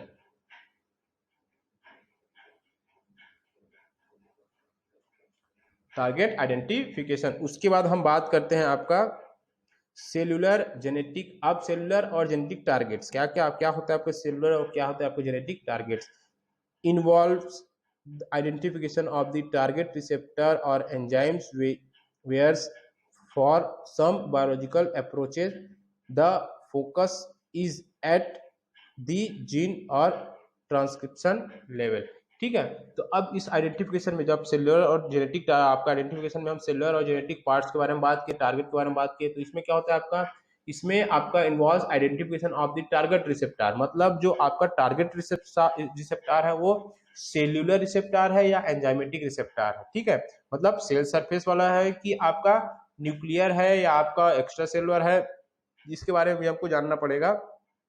ठीक है, ठीक है, तो ये आपको क्या हो गया, ये बायोलॉजिकल अप्रोचेस हो गया, मतलब उसकी बायोलॉजिकल स्टडी हो गई कि पर्टिकुलर ये किस रिसेप्टर पे एक्ट कर रहा है, तो ये आपका मेन फोकस हो गया। अगर बात करेंगे हम जीन और ट्रांसक्रिप्शन लेवल, ट्रांसक्रिप्शन लेवल का मतलब हो गया यहाँ पे जीन में अल्टर करके क्या करता है, वो चेंजेस करता है। ठीक है, डीएनए टू आरएनए चेंजेस करते हैं, तो हम उसको ट्रांसक्रिप्शन बोल सकते हैं। ठीक है, तो ये स्टडी हो जाती है आपकी कि इसमें आइडेंटिफिकेशन इन्वॉल्व होता है कि वो पर्टिकुलर किस रिसेप्टर पे एक्ट कर रहा है, सेलुलर रिसेप्टर या जेनेटिक रिसेप्टर। ठीक है, drugs usually act on the target which are associated with disease. ठीक है, drugs usually act on target which are associated with disease, तो जो ड्रग है हम ये मानेंगे कि जो ड्रग हम बनाए हैं वो उसी जगह पे एक्ट करेगा, क्योंकि हमने उसको उसी डिसीज के लिए बनाया है। ऐसा नहीं कि हम पहले ड्रग बनाते हैं देन डिसीज डिसाइड करते हैं, हम पहले डिसीज डिसाइड करते हैं उसके बाद उसके लिए ड्रग बनाते हैं। तो हम जो जो ड्रग है वो उसी टारगेट पे एक्ट करेगा जो आपका रिलेटेड होगा उस डिसीज के लिए। ठीक है, तो इसको हम क्या बोल रहे हैं, सेलुलर एंड जेनेटिक टारगेट। ठीक है, तो ये आपका सेलुलर एंड जेनेटिक टारगेट हो गया। ठीक है, जो आपका सेलुलर और जेनेटिक टारगेट ये हो गया। उसके बाद हम बात करेंगे जब आपका जीनोमिक्स, व्हाट इज जीनोमिक्स। ठीक है, तो जब हम जीन्स की बात करते हैं तो आपकी जीनोमिक्स हो जाती है। जीनोमिक्स मतलब आपका क्या हो गया, to study of gene and their function. तो अब यहाँ पे हम बात करेंगे कि आपका जीन आपका किस टाइप से अल्टर होता है। ठीक है, तो ये आपको जेनेटिक स्टडी हो जाता है, तो हम जीनोमिक्स बोलते हैं the study of genes and their function. Gene की क्या क्या स्टडी होती है, क्या क्या फंक्शंस होते हैं। ठीक है, क्योंकि आपका जीन्स भी क्या होता है, प्रोटीन से मिलकर बना होता है, प्रोटीन का अल्टरेशन मतलब आपका फंक्शन में अल्टरेशन हो सकता है। Exploit the finding from this sequencing of the human and other genomes to find new drug target। तो अब यहाँ पे बात हो रही है आपकी जीनोम्स की, मतलब अगर हम जीनोम्स की जो सीक्वेंस है, एक आपका चैन होता है, आपने पढ़ा होगा डीएनए आरएनए का चैन जब पढ़े थे, आपका एडेनिन ग्वानिन साइटोसिन थाइमिन वाला चैन होता है, तो उसमें कुछ चेंजेस करने से भी आपके क्यों है कि आपके नए टारगेट मिल जाते हैं। तो फाइंड न्यू ड्रग टारगेट, तो हम इसमें क्या कर सकते हैं, सीक्वेंसिंग में आपके चेंजेस होते हैं, उसके कारण से आपके नए ड्रग टारगेट बन जाते हैं। ठीक है, based on 5 to 10 linked protein पर जीन, बेस्ड ऑन 5 और 10 लिंक्ड प्रोटीन पर जीन। एक जीन आपका, एक जीन की बात करेंगे तो उसमें 5 से 6 लिंक जो बेस होते हैं। Purpose that the number of potential drug target में लाई बिटवीन 5,000 to 10,000। ठीक है, तो अगर हम 5 से 10 टारगेट या लिंक प्रोटीन की बात करेंगे एक जीन में, तो वो आपका क्या हो जाता है, प्रोपोज कर देता है कि आपके जो पोटेंशियल ड्रग का टारगेट हो जाता है वो कितने बढ़ जाते हैं आपके 5,000 से 10,000, 5,000 to 10,000। मतलब यहाँ ये बोला जा रहा है कि जो आपका लिंक है, जो प्रोटीन का लिंक है जो जीन में होता है, वो भी आपके टारगेट को क्या कर सकता है, पोटेंशिएट कर सकता है, आपके ड्रग टारगेट को क्या कर सकता है, बढ़ा सकता है 5,000 से 10,000 के बीच में। मतलब आपको 5 से जो 10 लिंक है वो आपका 5,000 से 10,000 हो सकता है। जब आप पोटेंशियल ड्रग की बात करेंगे, टारगेट की बात करेंगे, तो ये आपके अल्टरेशन हो सकते हैं। तो ये होते हैं आपके जीनोमिक्स चेंजेस जो आपके जीन्स के कारण हो रहे हैं, यहाँ पे आपके जीन्स का फंक्शन हो जाता है। ठीक है, देन आपकी बात करते हैं प्रोटियोमिक्स, ठीक है, तो प्रोटीन की बात होगी यहाँ पे, ठीक है, प्रोटियोमिक्स, ठीक है। In this it is also at the protein level that disease processes become manifest at which most 91% drug act, ठीक है।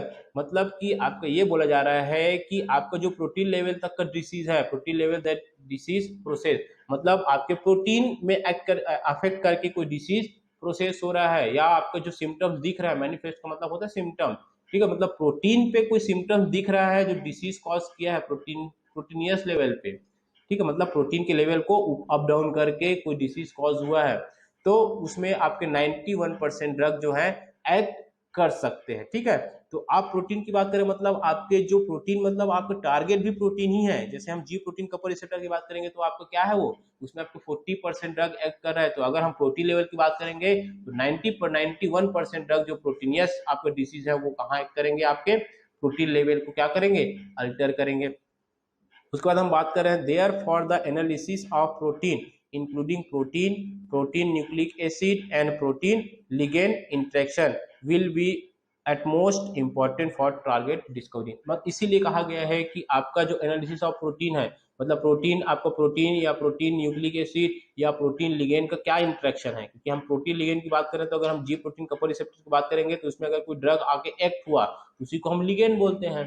तो उसमें क्या इंटरेक्शन है, this is a drug interaction, drug protein interaction will be utmost important to drug target discovery. मतलब आप target का discover करने के लिए हम ये भी बहुत इंपॉर्टेंट होता है कि आपका जो पर्टिकुलर ड्रग है उस पर्टिकुलर प्रोटीन के साथ में क्या इंटरेक्शन देगा, सही इंटरेक्शन दे रहा है, गलत इंटरेक्शन दे रहा है, तभी तो आपका ड्रग डिस्कवरी सही से हो पाएगा। Then target identification with proteomics is performed by comparing the protein expressed level in normal and disease tissue, ठीक है। तो अब टारगेट आइडेंटिफिकेशन की बात करेंगे तो आपके जो प्रोटीन पर, मतलब आपके जो प्रोटीन रिलेटेड ड्रग्स है या प्रोटीन रिलेटेड मॉलिक्यूल्स है वो क्या करेंगे, आपके जो प्रोटीन एक्सप्रेशन लेवल है ये आपका नॉर्मल है या डिसीज है उसमें कंपेयर करेंगे। मतलब कि अगर हम ड्रग की बात करेंगे तो टारगेट किसको करेगा, जो डिसीज टिश्यू है उसको करेगा कि नॉर्मल प्रोटीन है उसको करेगा। तो ये भी आपको, क्योंकि हमने उस पर्टिकुलर प्रोटीन के लिए बनाया है ड्रग को, तो प्रोटीन के लिए बनाया है तो उसी प्रोटीन में आपका डिसीज कंडीशन है तो उसमें वो चेक देखेगा, आपका जो ड्रग है वो भी आइडेंटिफाई करेगा कि उस डिसीज ने उस प्रोटीन में कुछ चेंजेस तो नहीं किया है, मतलब उसका प्रोटीन में कुछ चेंजेस हुआ है कि नहीं हुआ। डिसीज होता है लेकिन अब प्रोटीन में चेंजेस हुआ है कि नहीं हुआ है ये भी देखेगा। तो आपका ड्रग जो है एक नॉर्मल कंडीशन वाला प्रोटीन है और एक आपका डिसीज कंडीशन वाला प्रोटीन है, तो दोनों में से डिसीज वाले में एक्ट करे, ये भी हमको क्या करना है, टारगेट करना है, ये भी हमको क्या करना है, आइडेंटिफाई करना है। तो ये आपका आइडेंटिफिकेशन किसके द्वारा होता है, आपके जो प्रोटियोमिक्स है उसके द्वारा ये आइडेंटिफिकेशन होता है। तो ये आपके प्रोटियोमिक्स की बात हो गई, ठीक है, ये आपके प्रोटियोमिक्स की बात हो गई। देन हम नेक्स्ट देखते हैं आपका बायो इन्फॉर्मेटिक्स, ठीक है। बायो इन्फॉर्मेटिक्स क्या होता है आपका, it plays a key role in various stages of drug discovery process including target identification, computer screening of chemical compound and pharmacogenomics, ठीक है। तो बायो इन्फॉर्मेटिक्स का मतलब क्या हो गया, आपका इंफॉर्मेशन अबाउट जीन्स, मतलब इसमें आपके जीन्स हो गए, आपके केमिकल कंपाउंड हो गए, उस सब चीज़ों का आइडेंटिफिकेशन होता है, इसीलिए इसको बोलते हैं बायो इन्फॉर्मेटिक्स, ठीक है। आपने सेकेंड सेम में बायोकेमिस्ट्री में पढ़ा होगा बायो इन्फॉर्मेटिक्स, ठीक है। It plays a key role in various stages of the drug discovery, मतलब ये आपका की रोल है, बायो इन्फॉर्मेटिक्स जो आपका की रोल प्ले करता है प्रोसेस में। तो आपके क्या क्या प्रोसेस है, टारगेट आइडेंटिफिकेशन, टारगेट आपका आइडेंटिफिकेशन में की रोल है, कंप्यूटर स्क्रीनिंग और केमिकल कंपाउंड, कंप्यूटर स्क्रीनिंग मतलब कंप्यूटर से ही हम क्या करते हैं, केमिकल कंपाउंड का डेवलपमेंट करते हैं, ठीक है, तो उसकी स्टडी में भी हो गई। और फार्माको आपका जीनोमिक्स, मतलब जीन की जो फार्माकोलॉजी है उसमें स्टडी में भी आपको बायो इन्फॉर्मेटिक्स का बहुत बड़ा रोल होता है, ठीक है। Can compare the entire genome of pathogenic, ठीक है, can compare the entire genome of pathogenic and non-pathogenic strain of microbes and identify genes protein associated with pathogens, Jainism. ठीक है, अब यहाँ पे आपके कंपैरिजन की बात हो रही है तो आपके इंटायर जीनोम्स का पैथोजेनिक और नॉन पैथोजेनिक, मतलब पैथोजेनिक जो आपको पैथोजेनिक कॉज के और नॉन पैथोजेनिक मतलब दोनों स्ट्रेन के जो जीनोम्स है उसमें कंपैरिजन करने का भी काम आता है। किसका? बायो इन्फॉर्मेटिक्स का काम है क्या? जो पैथोजेनिक है, जो आपका पैथोजेनेसिस कॉज कर रहा है, पाथवे कॉज कर रहा है उस डिसीज के लिए, उसका जीन, और जो आपके नॉन पैथोजेनिक स्ट्रेन है मतलब जो आपको डिसीज कॉज नहीं कर रहा है, उस दोनों के जीन की हम क्या करेंगे? कंपैरिजन करेंगे, स्टडी करेंगे, कंपेरेटिव स्टडी करेंगे। ठीक है, और वही स्टडी आपको क्या आएगा? आपका उसी स्टडी को हम क्या बोल रहे हैं यहाँ पे? पैथोजेनिज्म बोल रहे हैं। ठीक है, तो वो स्टडी क्यों किया जाता है? क्योंकि आपका देखो पैथोजेनिज्म मतलब जिसने डिसीज कॉज किया, जिसने डिसीज कॉज नहीं किया, अगर जिसने डिसीज कॉज नहीं किया वो भी आपका क्या है? एक टारगेट बन सकता है कि इसको लेके हम क्या कर सकते हैं? उस पैथोजेनिज्म में काम कर सकते हैं जिसने आपके बॉडी में डिसीज कॉज किया। तो यहाँ पे कंपैरिजन है किसके किसके बीच में? जीन्स ऑफ पैथोजेनिक और नॉन पैथोजेनिक, जो आपका डिसीज कॉज कर रहा है और मतलब एक मान के चलिए कि जो आपका हार्मफुल माइक्रोऑर्गेनिज्म और एक जो हार्मफुल नहीं है माइक्रोऑर्गेनिज्म, दोनों के जीन्स की स्टडी करते हैं। उसके बाद हम टारगेट को क्या कर रहे हैं यहाँ पे? आपका ये दिस इज द टारगेट, आपका आइडेंटिफिकेशन है, टारगेट का आइडेंटिफिकेशन। बायो इन्फॉर्मेटिक्स भी क्या हो गया आपका? टारगेट आइडेंटिफिकेशन में आपकी हेल्प कर रहा है। ठीक है, नेक्स्ट है आपका टारगेट प्रायोरिटाइजेशन या वैलिडेशन। मतलब आपके टारगेट को अब क्या करना है? हमको टारगेट हमने आइडेंटिफाई कर लिया है, अब उसको वैलिडेट करेंगे कि सही में ये टारगेट सही है कि नहीं है। ठीक है, तो उसको बोलते हैं हम वैलिडेशन प्रोसेस, एश्योरिंग प्रोसेस, जिसको हम वैलिडेशन प्रोसेस बोल रहे हैं, या आपका प्रायोरिटाइजेशन। ठीक है, मतलब उसकी प्रायोरिटी क्या है। ठीक है, तो drug the two select target most likely to be useful in the development of new treatments for disease। ठीक है, researchers analyze and compare each drug target to other based on their association with the specific disease and their ability to regulate biological and chemical compound in the body। तो अब target validation की बात कर रहे हैं यहाँ पे। तो अब क्या किया हमने? टारगेट को क्या कर लिया? सिलेक्ट कर लिया, आइडेंटिफाई कर लिया है। तो वो जो टारगेट है, अब हम ये देखेंगे कि वो जो टारगेट है वो उस पर्टिकुलर न्यू ट्रीटमेंट, मतलब जो डिसीज का ट्रीटमेंट हम कर रहे हैं, नया ट्रीटमेंट है ये, उसके लिए प्रॉपर यूजफुल है कि नहीं है। ठीक है, तो रिसर्चर जो क्या है उसको एनालाइज करेंगे और कंपेयर करेंगे each drug target to other based on their association with specific disease. ठीक है, तो उसको क्या किया? अगर हमने 4 टारगेट चूज किया तो चारों को क्या करेगा? वो कंपेरेटिव स्टडी करेगा, चारों में ड्रग का एक्शन देखेगा। मतलब उसको हम बोलते हैं इन विट्रो, इसलिए हम इन विट्रो स्टडी करते हैं। चारों में एक्शन देखेगा, कहाँ पे आपका ज्यादा यूजफुल मिल रहा है हमको।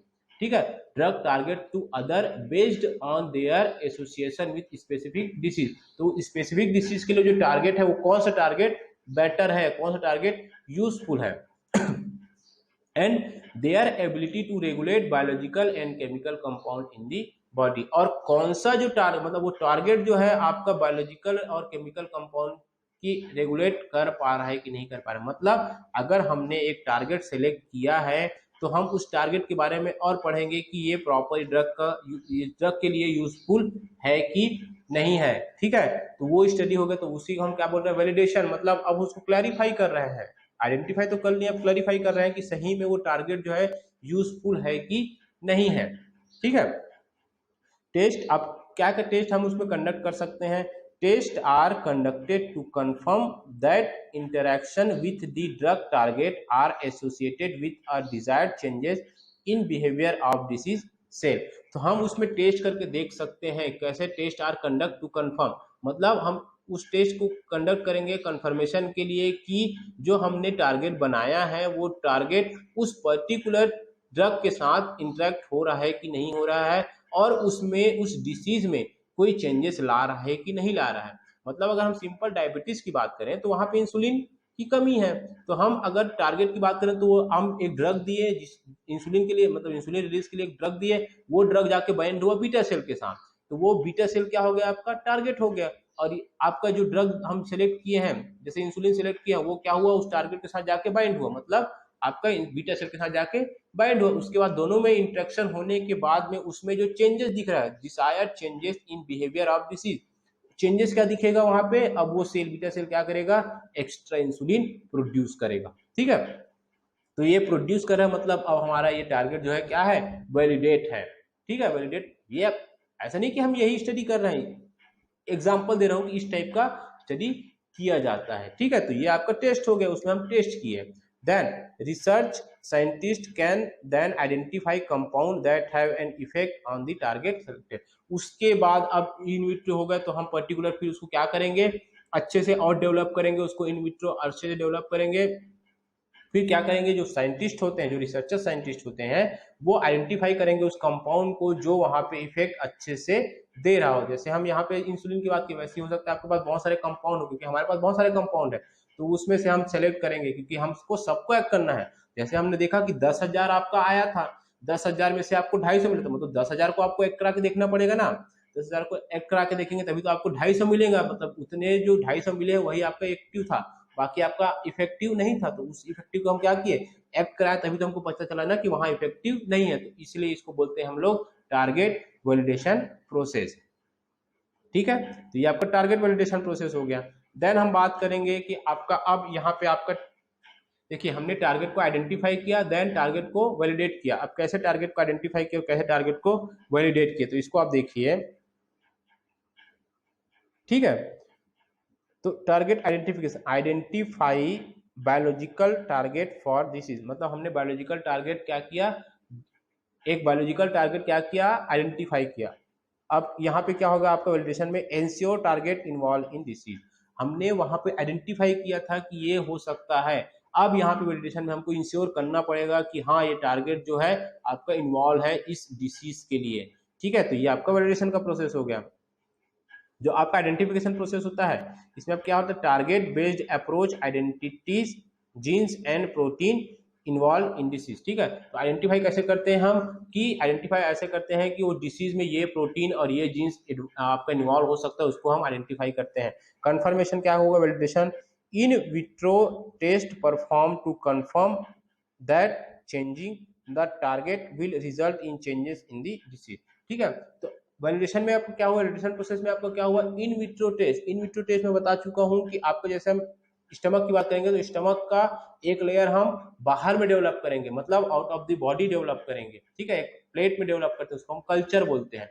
वहां पे डेवलप करके हम उस पर एक्शन देखेंगे कि वो आपका सही परफॉर्म कर रहा है कि नहीं कर रहा है। अगर उसमें परफॉर्म कर रहा है तो हमारा ये टारगेट क्या है, वैलिडेटेड है। ठीक है, एश्योर्ड है।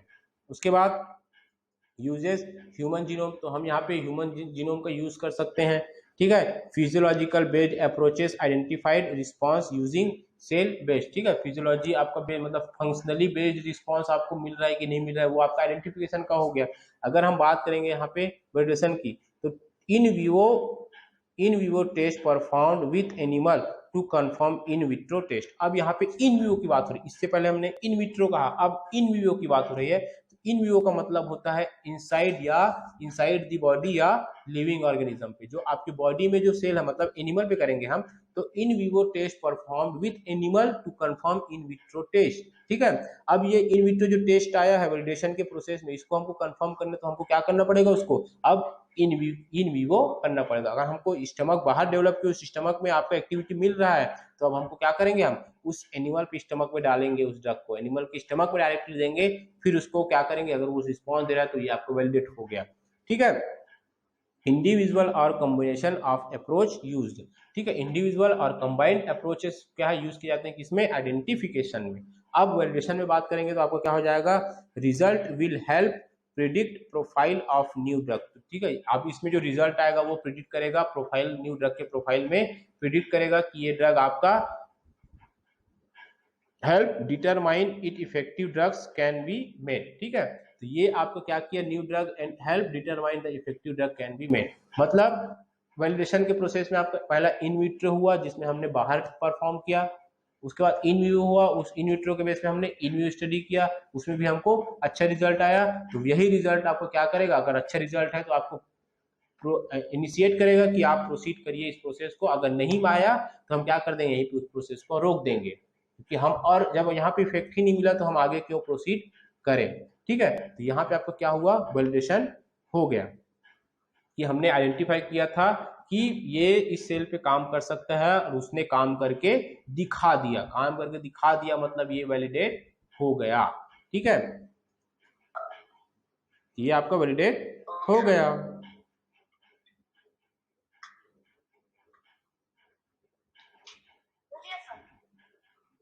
हुआ नहीं था तो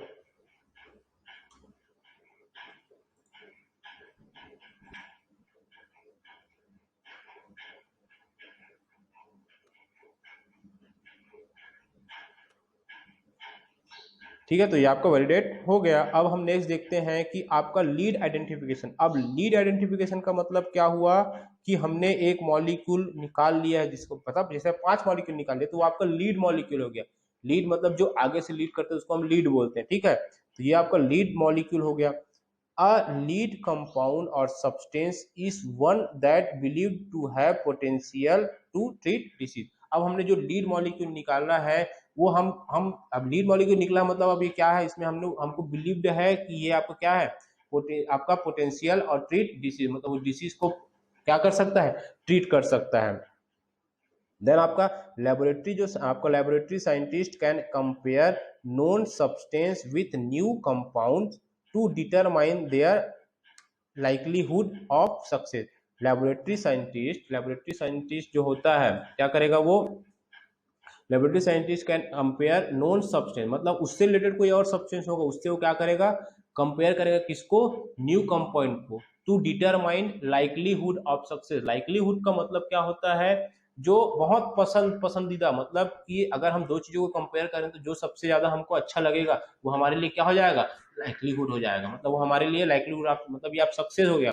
तो हम क्या करेंगे, जो पहले से उस डिसीज के लिए एक ड्रग है उस उससे कंपेयर करें किसको, हमारे न्यू ड्रग को, तो उसके कंपैरिजन में हमारा ड्रग, मतलब दोनों में से कौन ड्रग सक्सेस है, कौन से ज्यादा अच्छा है, तो इसको भी हम क्या करेंगे, स्टडी करते हैं। तो ये आपका लीड आइडेंटिफिकेशन हो गया। अगर उससे कमजोर है तो फिर आप आगे का प्रोसेस रोक देते हैं, ठीक है। Then lead are sometimes developed as collections or libraries of individual molecules that possess property needed in new drug, ठीक है। तो जो अब आपको जो मतलब जो नया आपको जो ड्रग है जिसका lead molecule are sometime developed as collection or libraries of individual molecule of possess properties, मतलब जो आपके पुराने ड्रग है उससे अच्छी क्वालिटी का आपको मिल जा रहा है यहाँ पे, मतलब नया कलेक्शन है आपका, नया मतलब अफेक्शन मिल रहा है, नया आपको एफिकेसी मिल रहा है, इसका ज्यादा एफिकेसी मिल रहा है, तो ये कंडीशन हो सकते हैं आपके उस लीड कंपाउंड में। Testing is then done on each of this molecule to confirm its effect on the drug. Testing is then done on each of these molecules to confirm its effect on, मतलब आप इसमें testing भी करते जाएंगे आपका कि ये जो आपके ईच कंपाउंड है या ईच मॉलिक्यूल्स है to confirm its effect on drug, ठीक है। तो ये आपका जो ड्रग का इफेक्ट है वो सही मिल रहा है कि नहीं मिल रहा है, ये हम उस मॉलिक्यूल को क्या करते जाएंगे, टेस्टिंग भी करते जाएंगे। तो इसके बाद क्या हो जाएगा हमारा, find a promising molecule that could become a drug. तो ये जो आपके लीड कंपाउंड है, जैसे आपके 250 लीड कंपाउंड है या 200 लीड कंपाउंड है, उसमें से आपका जो 5 है वो जैसे फाइंड हो गया है, find a promising molecule that could become a drug, मतलब कुछ ऐसे मॉलिक्यूल जो हमने फाइंड कर लिया, खोज लिया, जो ड्रग बन सकता है, ठीक है। यहाँ पे लीड मॉलिक्यूल है, ड्रग बन सकता है, मतलब जैसे हम 10,000 से 250 बनाया, 250 से 5 बनाया, तो वैसे क्या है, अब हमारे पास 250 से 5 हमारे पास जो कुछ ड्रग है, मतलब 5 आ गए हैं जो आगे चल के ड्रग बन सकता है, तो उस 5 में से एक निकल जाएगा। तो ये हमारा क्या हो गया, लीड आइडेंटिफिकेशन हो गया, ठीक है। लीड मॉलिक्यूल या लीड मॉलिक्यूल का आइडेंटिफिकेशन हो गया। इसमें हमने आइडेंटिफाई कर लिया कि हमारे पास अब कुछ मॉलिक्यूल्स आ गए हैं जो आगे चल के ड्रग बन सकते हैं, ठीक है। तो ये आपका लीड आइडेंटिफिकेशन हो गया। देन अब why to find a lead compound, sorry way to find a lead compound, क्यों हम मतलब किस तरीके से हम उस लीड कंपाउंड को और फाइंड कर सकते हैं, ठीक है। जो अभी फाइंड किए हैं, nature, bacteria, mould, plant extract, मतलब नेचर वाइज भी हम उस लीड कंपाउंड को क्या कर सकते हैं कि आपका बैक्टीरिया से बना है, मोल्ड से बना है या प्लांट एक्सट्रैक्ट है, उस बेस पे हम आइडेंटिफाई कर सकते हैं, या उस बेस पे हम लीड कंपाउंड को क्या कर सकते हैं, खोज सकते हैं। डी नो एक एप्लीकेशन होता है, एक आपका सॉफ्टवेयर होता है जिसमें क्या करते हैं, scientist can also create molecules from scratch computer modelling के थ्रू आपका एक नया मॉलिक्यूल क्रिएट किया जाता है। ठीक है, मॉलिक्यूल क्रिएट किया जाता है आपका एक कंप्यूटर के द्वारा, उसको हम एक सॉफ्टवेयर बोलते हैं, डी नोड सॉफ्टवेयर आता है। ठीक है, तो अगर हमका बैक्टीरिया से मिला है मॉलिक्यूल, आपका मोल्ड से मिला है, आपको प्लांट से मिला है, कहीं से मिला हो, वो नेचर वाइज हम एक तो और नया मॉलिक्यूल बनाने की कोशिश करते हैं। देन क्या होता है, high throughput screening test thousand of compounds against the target to identify any might be promising. यह मैं बता चुका हूं कि आपका हाई थॉटफुल स्क्रीनिंग होगा, आपके पास थाउजेंड्स हैं, ठीक है, थाउजेंड है, उसको आपको टेस्ट करके आपको क्या करना पड़ेगा, कुछ निकालने पड़ेंगे। जैसे हमने 10,000 से 250 निकाला, तो क्या किया, सबको टेस्ट किया, तभी तो जाके हमारा 250 निकला। तो ये आपका क्या हो गया, हाई थॉटफुल स्क्रीनिंग हो गया। स्क्रीनिंग मतलब आपका छटनी करना, तो आपने छटनी किया वहां पे। देन आपने biotechnology study, scientist can genetically engineer living, आपका साइंटिस्ट जो बायोटेक्नोलॉजी वाला साइंटिस्ट है वो आपको जेनेटिकल इंजीनियर होते हैं, engineering living system to produce disease fighting biological molecule. जो आपके बायोलॉजिकल साइंटिस्ट है, जो आपके जेनेटिकली साइंटिस्ट है, वो क्या करेंगे, जीन्स के साथ उसका फाइटिंग, मतलब जीन्स के साथ जो इंटरेक्शन है उस मॉलिक्यूल को, उसका भी स्टडी करेंगे, तो उसमें भी आपकी क्या हो जाएगी, एक स्क्रीनिंग हो जाएगी। ये आपका जो चारों प्रोसेस है, आपकी स्क्रीनिंग प्रोसेस है कि उसमें से हमको 10,000 में से 250 कैसे निकले, तो ये जो चारों प्रोसेस है उसके थ्रू आपको निकले हैं। ठीक है, तो ये आपको क्या हो गया, कैसे हम फाइंड करेंगे आपके लेट कंपाउंड को, तो ये आपके एक टेक्निक्स हैं। ठीक है, 4 दिख रहे हैं आपको, बहुत सारे और हैं। ठीक है, तो इस टेक्निक के थ्रू हमने क्या किया, एक लीड कंपाउंड को क्या किया, फाइंड किया। अब यहाँ पे लीड कंपाउंड की डिस्कवरी कैसे होती है, लीड कंपाउंड की डिस्कवरी कैसे हो रही है, तो identification of small molecules modulators of protein function. ठीक है, तो हम ऐसे कंपाउंड को आइडेंटिफाई करेंगे जो स्मॉल मॉलिक्यूल्स है, आइडेंटिफाई करेंगे, और प्रोटीन जो आपके प्रोटीन फंक्शन को क्या कर रहे हैं, यहाँ पे अल्टर कर रहे हैं, मॉड्यूलेट कर रहे हैं, मतलब बढ़ा रहे हैं। ठीक है, द प्रोसेस, अब आपका the process of transforming this into high content lead series. ठीक है, अब लीड डिस्कवरी का मतलब क्या हो गया कि आपका जो स्मॉल मॉलिक्यूल्स है वो आपके प्रोटीन फंक्शन को मॉड्यूलेट कर रहा है कि नहीं कर रहा है। द प्रोसेस ऑफ ट्रांसफॉर्मिंग मतलब कोई प्रोसेस में चेंजेस कर रहा है कि नहीं कर रहा है। ठीक है, तो ये चीजें आपको जब मिलते जाएंगी तो आपके लेड की डिस्कवरी होती जाएगी। लेड मतलब यहाँ पे लेड मॉलिक्यूल्स है। ठीक है, लेड मॉलिक्यूल्स। ठीक है, हम उसका सिंथेसिस एंड आइसोलेशन, अब हमारे पास एक लीड मॉलिक्यूल डिस्कवर हो गया, मतलब जिसको हम 10,000 बोल रहे हैं ना, आपका लीड मॉलिक्यूल है, उसमें से आपका 250 निकला, वो लीड मॉलिक्यूल हो गया। तो उसको अब क्या करना है, हमको सिंथेसिस करना है और आइसोलेट करना है। मतलब हमारे पास एक मॉलिक्यूल मिल गया, तो उसको क्या करेंगे अब, सेपरेशन ऑफ मिक्सचर, मतलब आपको 10,000 है, उसमें से हम 250 निकला है, तो 10,000 को क्या करना पड़ेगा, हमको उसको सेपरेट करना पड़ेगा, उस मिक्सचर से हमको सेपरेट करना पड़ेगा। सेपरेट ऑफ इम्प्यूरिटी, साथ में उसमें इम्प्यूरिटी भी होगी, उसको भी क्या करना है, हमको सेपरेट करना है। उसके बाद उसको इन विट्रो केमिकल सिंथेसिस, मतलब इन विट्रो केमिकल सिंथेसिस भी करनी, मतलब आपको बाहर में केमिकल सिंथेसिस करना, मतलब आपको कल्चर मीडिया में सिंथेसिस करना पड़ेगा। उसके बाद आपका क्या होता है, last biosynthetic intermediate. Biosynthetic intermediate मतलब अब उस केमिकल को हमको किसी बायोसिंथेटिक केमिकल के साथ या बायोसिंथेटिक केमिकल के साथ क्या करना पड़ेगा, मिक्स करना पड़ेगा, एक इंटरमीडिएट का फॉर्मेशन करना पड़ेगा। मतलब हमने क्या किया, उस 10,000 में से सेपरेट किया, क्योंकि वो 10,000 क्या मिक्सचर है, उसमें से हमने सेपरेट किया। देन क्या किया, आप उसमें से आप इम्प्यूरिटीज भी होगी, इम्प्यूरिटीज को भी सेपरेट करना है। उसके बाद उसको इन विट्रो केमिकल सिंथेसिस करना है। इन विट्रो केमिकल सिंथेसिस का मतलब आपके बॉडी के बाहर सिंथेसिस करना है।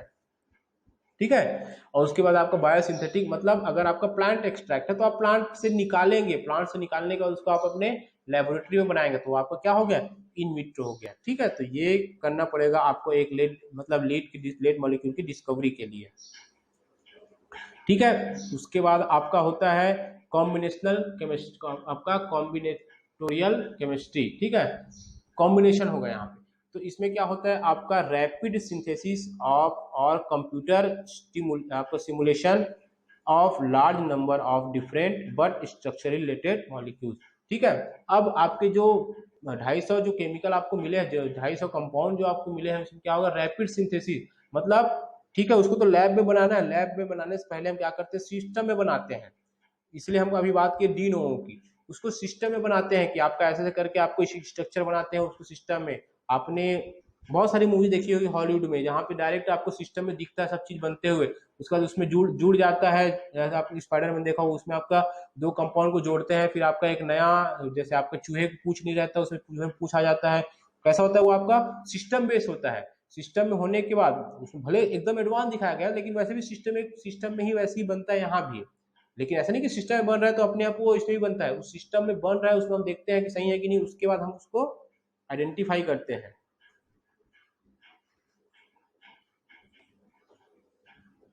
ठीक है, तो ये आपका कॉम्बिनेटोरियल आपका केमिस्ट्री है। ठीक है, तो इसमें आपको क्या किया, रैपिड सिंथेसिस ऑफ और कंप्यूटर, मतलब यहाँ पे आपने क्या पढ़ा कि आपका क्या होता है, जैसे आप यहाँ पे क्या करेंगे, एक कंप्यूटर डायग्रामेटिकली बनाएंगे। ठीक है, ठीक है, उसमें आपका क्या होगा, बस आपका क्या होगा, थोड़ा सा डिफरेंस होगा, लेकिन आपका जो large number of different but structurally क्या होगा, वो सिमिलर होगा। ठीक है, सर्च न्यू लीड्स, मतलब आप क्या करेंगे, उसमें नए जो लीड कंपाउंड है उसको सर्च करेंगे आप। ये आपको सिस्टम के थ्रू हो रहा है। ठीक है, उसके बाद आपको क्या हो रहा है, optimisation of target affinity and selectivity. तो ऑप्टिमाइजेशन का मतलब क्या हो जाता है कि यहाँ पे आप एक इफेक्टिव मॉलिक्यूल, जो आपको बहुत इफेक्टिव मॉलिक्यूल है, उसको क्या करेंगे आप, उस एफिनिटी मतलब वो टारगेट के लिए आप एक अच्छा या सिलेक्टिव ड्रग या लेड फॉर्म करेंगे, या लेड मॉलिक्यूल फॉर्म करेंगे, उसकी एडीएमई प्रॉपर्टी चेक करना है। ठीक है, उसके बाद आपका reduce toxicity and eliminate side effect. अब ये भी देखना पड़ेगा आपका, मतलब इसमें क्या है, आपको कुछ ऐसे कंपाउंड ऐड करने पड़ेंगे, जो आपके लेड मॉलिक्यूल है, कुछ ऐसे कंपाउंड ऐड करने पड़ेंगे जो उसकी एडीएमई प्रॉपर्टी को कहीं इनहांस करेगा, कहीं रिड्यूस करेगा, मतलब जो जैसा नीड होगा वैसी। उसके बाद क्या करेगा, टॉक्सिसिटी को रिड्यूस कर, मतलब ऐसा कंपाउंड यूज करेंगे जो उसकी टॉक्सिसिटी को कम करे, और साइड इफेक्ट को एलिमिनेट करने का भी काम, मतलब बहुत ज्यादा साइड इफेक्ट होगा उसको भी एलिमिनेट करवाना है यहाँ पे। ठीक है, तो ये हो गया आपका कॉम्बिनेटोरियल आपका केमिस्ट्री। देन आपका असे development used for measuring the activity of a drug. ठीक है, तो असे डेवलपमेंट क्यों किया जाता है, क्योंकि आपको ड्रग की एक्टिविटी को क्या करना है, यूज करना है, तो उसके लिए हमको क्या करना पड़ेगा, एक असे डेवलप करना पड़ेगा। ठीक है, उसके बाद आपको क्या होगा, डिस्क्रिमिनेट बिटवीन कंपाउंड। अब कंपाउंड के बीच में क्या क्या डिस्क्रिमिनेट, मतलब क्या क्या डिफरेंशिएशन है, उस चीज को भी स्टडी करनी पड़ेगी। तो उससे भी आपको क्या होगा, असे डेवलपमेंट, मतलब आपके आप, इसलिए मैं बता रहा हूँ, आपको 250 कंपाउंड मिला है, उसमें से आपको 5 और निकालने हैं, उस 250 में से 5 निकालना, तो उसके लिए आपको सारे 250 का स्टडी करना पड़ेगा, उसके बीच कंपाउंड, ऐसा नहीं कि 250 जो आपके कंपाउंड है सिमिलर है, अलग अलग है, तो उसके में क्या क्या अलग अलग क्वालिटी है, कौन आपके डीएमई प्रॉपर्टी को अच्छा कर रहा है, कौन रिड्यूस कर रहा है टॉक्सिसिटी को, कौन एलिमिनेट कर रहा है साइड इफेक्ट को, तो ये सब चीजें देखना है आपको। उसके बाद आपको इवेल्युएट करना है क्या क्या, एक्सप्रेस प्रोटीन टारगेट, कौन सा आपका जो प्रोटीन टारगेट को एक्सप्रेस कर रहा है अच्छे से, उसके साथ बाइंड हो रहा है। उसके बाद आपका enzyme substrate reaction, enzyme substrate reaction आपने पढ़ा है E+S इक्वल टू ES। ठीक है, एंजाइम और सबस्ट्रेट रिएक्शन, तो कौन इसमें अच्छे से, तो इसको भी हम इवेल्युएट करेंगे फॉर असे डेवलपमेंट। असे डेवलपमेंट के थ्रू हम इसको क्या करेंगे, स्टडी करेंगे। ठीक है, तो ये हो गया आपका कंप्लीट, जब कॉम्बिनेटोरियल आपका स्टडी केमिस्ट्री होगा और आपका असे डेवलपमेंट होगा तब की बात है। ठीक है, उसके बाद आपका हाई थॉटपुट स्क्रीनिंग, उसकी आपकी जरूरत नहीं पड़ती है। ठीक है, अब यहाँ पे अब हमारा क्या हो गया है, लेड आइडेंटिफाई हो गया है। ठीक है, वैलिडेशन सब चीज हो गया है। अब हम यहाँ पे बात करेंगे आपका ऑप्टिमाइजेशन प्रोसेस का। ऑप्टिमाइजेशन प्रोसेस की बात करेंगे तो अब ऑप्टिमाइजेशन, लीड मॉलिक्यूल का ऑप्टिमाइजेशन, मतलब अब जो लीड मॉलिक्यूल मिला है उसमें से सबसे अच्छा कौन सा है, कौन सा आपका बेस्ट है, कौन सा आपका मोस्ट इफेक्टिव है, ये आपको देखना है। तो ये कैसे पता चलेगा आपका, lead optimization compares the property of various lead compounds and provides information to help biopharmaceutical companies select the compound or compound with the greatest potential to be developed into safe and effective medicine। जो आपका जो lead molecule है उसका optimisation compare करेंगे। ठीक है, जो आपके सभी हैं उनके साथ एक दूसरे के साथ कंपेयर करेंगे, और उसके बाद हम, ठीक है, तो फिर उसको कंपेयर कर रहे हैं, कंपेयर करने के लिए फिर हम क्या करेंगे, एक हेल्प लेंगे किसका, किसी बायोफार्मास्यूटिकल इंडस्ट्री का, जिस इंडस्ट्री में ये सब चीज का फॉर्मेशन होता है, जैसे आपका R&D है, रिसर्च एंड डेवलपमेंट, उस बायोफार्मास्यूटिकल इंडस्ट्रीज या कंपनी का हेल्प लेंगे for comparisoning of all lead molecule, जितने आपके जैसे 250 लीड मॉलिक्यूल है उसका कंपेयर करना है आपस में, तो उसके लिए हम क्या करेंगे, किसी इंडस्ट्री का हेल्प लेंगे जो इस कंपैरिजन में हेल्प करे और सिलेक्शन में हेल्प करे greatest potential. Company select the compound or compounds with the greatest potential. तो उस 250 में से वो फिर क्या करेगा, सेलेक्ट करेगा कुछ कंपाउंड या तो कुछ कंपाउंड्स, एक कंपाउंड या कुछ कंपाउंड्स को क्या करेगा, वो सिलेक्ट करेगा जिसमें आपकी ग्रेट पोटेंशियलिटी होती है। ग्रेटेस्ट पोटेंशियल मतलब जिसकी पोटेंशियलिटी बहुत अच्छी होती है, उसको क्या किया उसने, सिलेक्ट कर दिया। उसके बाद वो भी सिलेक्ट करेगा टू बी डेवलप्ड, उसके बाद वो क्या करेगा, डेवलप करेगा एक सेफ एंड इफेक्टिव मेडिसिन। मतलब इस प्रोसेस में हमको ये कहा गया है कि जो आपके एग्जाम्पल के रूप में 250 जो आपके लीड मॉलिक्यूल्स है उसको आपस में कंपेयर करेगा कौन, एक बायोफार्मास्यूटिकल कंपनी। उस 250 में से वो सिलेक्ट करके निकालेगा वो कंपाउंड को जिसकी जो पोटेंशियलिटी होती है, जिसकी क्षमता बेस्ट होती है, उसको वो निकालेगा। वो एक भी हो सकता है और एक से ज्यादा भी हो सकता है। फिर उसको क्या करेगा, वो एक सेफ और इफेक्टिव मेडिसिन डेवलप करेगा, बनाएगा। तो ये हो गया क्या आपका लीड मॉलिक्यूल का ऑप्टिमाइजेशन। उसने क्या किया, 250 को कंपेयर किया, उस 250 में से उसने इफेक्टिव चीज को क्या कर लिया, निकाल लिया। वो एक हो सकता है, एक से ज्यादा भी हो सकता है, मतलब उसकी पोटेंशियलिटी पे। फिर उसने क्या किया, एक सेफ और इफेक्टिव मेडिसिन का फॉर्मेशन कर लिया। देन क्या होगा, often during this same stages and of development, इस स्टेज के डेवलपमेंट के ड्यूरिंग में, मतलब उस टाइम पे क्या क्या होता है, लेट प्रायोरिटाइजेशन, मतलब लेट की priority studies are conducted in living organism. ठीक है, अब क्या होगा इस प्रोसेस में, मतलब अब देखो इफेक्टिव मेडिसिन बनाने के लिए आपको बनाने उसी बीच का प्रोसेस बता रहा हूं मैं। उसी बीच में अब क्या हो रहा है यहाँ पे, जो आपका जो लीड मॉलिक्यूल है उसकी स्टडी कहाँ होगी, लिविंग ऑर्गेनिज्म में, जिसको हम क्या बोल रहे हैं यहाँ पे, इन विवो लिविंग ऑर्गेनिज्म में, and in cell in the test tube, और टेस्ट ट्यूब में या तो इसमें या दोनों में क्या होगा, lead to compare various lead compound and how they are metabolised and effective the body. मतलब हमने जो फर्स्ट प्रोसेस में देखा कि 250 में से आपका हेल्प, किसका हेल्प लेके, हमने बायोफार्मास्यूटिकल कंपनीज का हेल्प लेके कुछ कंपाउंड सेलेक्ट किया जो आपके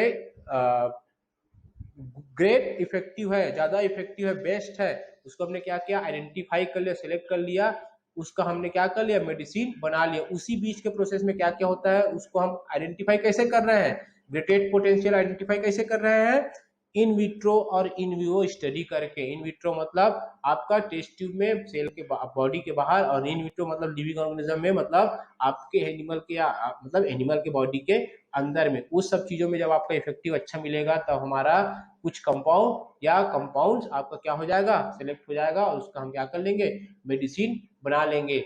how they are metabolised and, इसकी भी स्टडी हम कर लेंगे कि कैसे ये मेटाबोलाइज होगा और क्या इफेक्ट देगा आपके बॉडी में। तो ये आपका क्या हो गया, लीड मॉलिक्यूल का ऑप्टिमाइजेशन हो गया, मतलब लीड मॉलिक्यूल का सिलेक्शन हो गया जो आपको बेस्ट रिजल्ट देगा। ठीक है, बेस्ट रिजल्ट देगा, उसका क्या हो गया, यहाँ पे सिलेक्शन हो गया।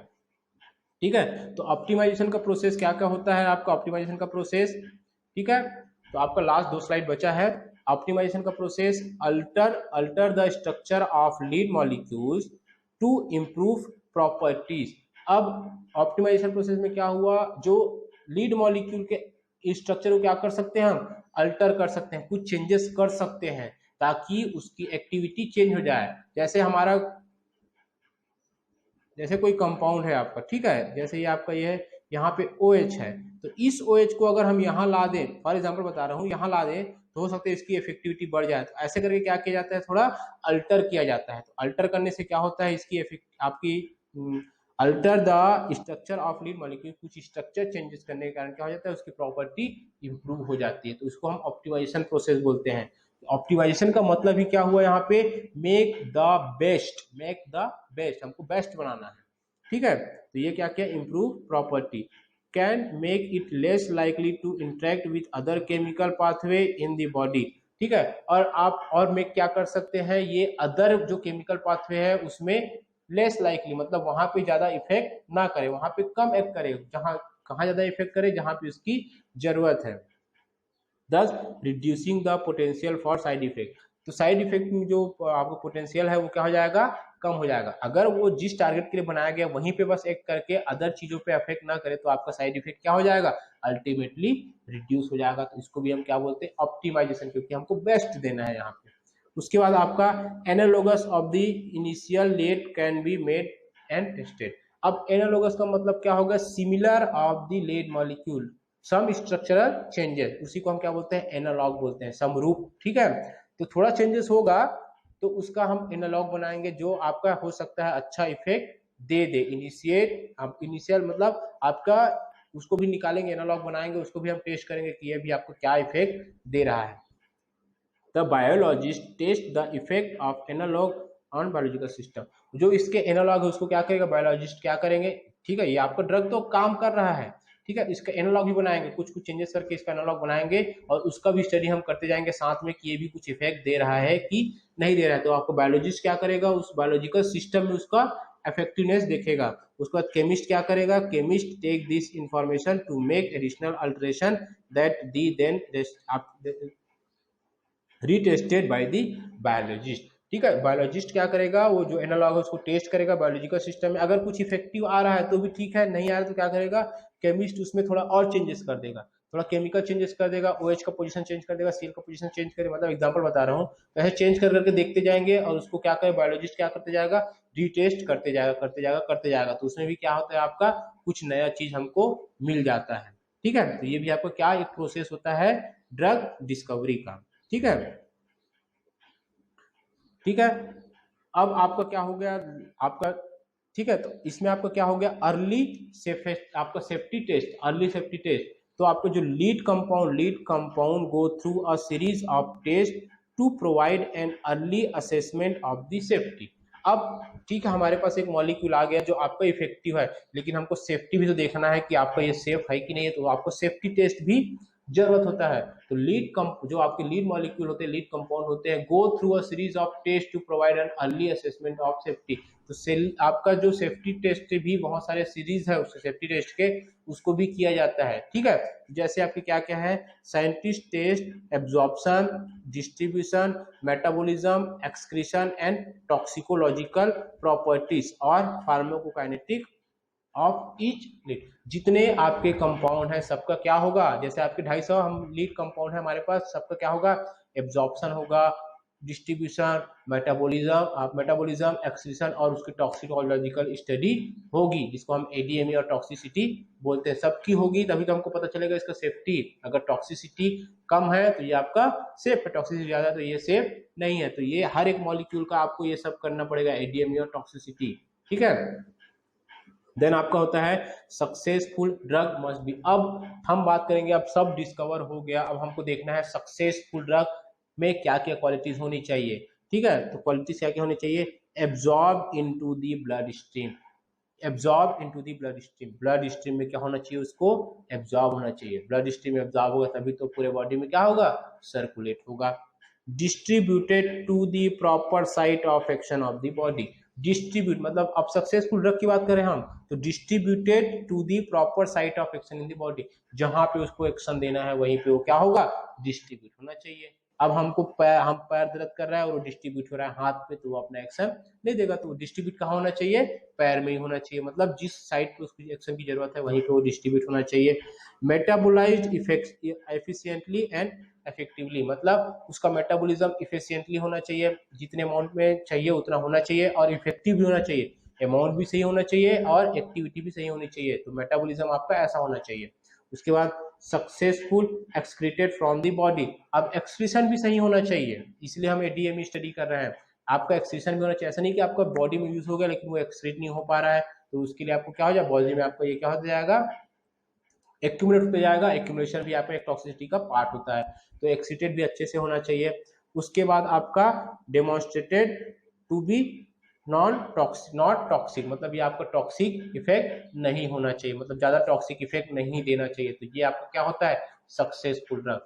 सक्सेसफुल ड्रग बहुत कम बनते हैं, ऐसा नहीं कि आपके मार्केट में जो ड्रग है वो सक्सेसफुल है, कहीं ना कहीं थोड़ा टॉक्सिसिटी होती ही है। ठीक है, अब उसके बाद आपको क्या है, help researchers prioritize lead compound early in the discovery process. तो ये आपको रिसर्चर्स क्या करेंगे, हेल्प करेंगे कि आपके प्रायोरिटाइज लेट जो लेट कंपाउंड है early in the discovery process. तो डिस्कवरी प्रोसेस के स्टार्टिंग में ही, जब डिस्कवरी प्रोसेस की स्टार्टिंग में ही सब चीजों का रिसर्च हो जाना चाहिए। ठीक है। ADME toxicity studies are performed in living cell, in animal cell via computational model. ठीक है। अब इसमें हम मॉडल्स भी यूज करते हैं एडीएमई और टॉक्सिसिटी स्टडी के लिए। ठीक है। जैसे हम कुछ चीजों के लिए, डिसीज के लिए हमारे पास जैसे इंस्ट्रूमेंट रखे हुए हैं, जैसे आपका एनालिसिमीटर, तो वो आपके पेन के लिए होगा, वैसे ही आपके टॉक्सिसिटी स्टडी और एडीएमई स्टडी के लिए भी आपके सॉफ्टवेयर्स बने हुए हैं जिससे हम स्टडी करते हैं। ठीक है। तो ये कंप्लीट होता है आपका ड्रग डिस्कवरी का प्रोसेस। तो हमने एक सक्सेसफुल ड्रग बना दिया इतना सब प्रोसेस करके। ठीक है। जिस ड्रग में आपका सक्सेसफुल ड्रग वो हो गया जो एब्जॉर्ब होना चाहिए ब्लड में, आपका डिस्ट्रीब्यूटेड होना चाहिए साइट ऑफ एक्शन पे, मेटाबोलाइज होना चाहिए प्रॉपर अमाउंट में और इफेक्टिव अमाउंट में, आपके बॉडी से इजिली एक्सक्रीट भी होना चाहिए, और ये आपका नॉन टॉक्सिक होना चाहिए। तो ये कंप्लीट प्रोसेस हो गया है आपका एक ड्रग डिस्कवरी का या एक ड्रग डेवलपमेंट का। ठीक है। इसके बाद आपका जो पार्ट होगा वो होगा आपका pre clinical trials, clinical trials.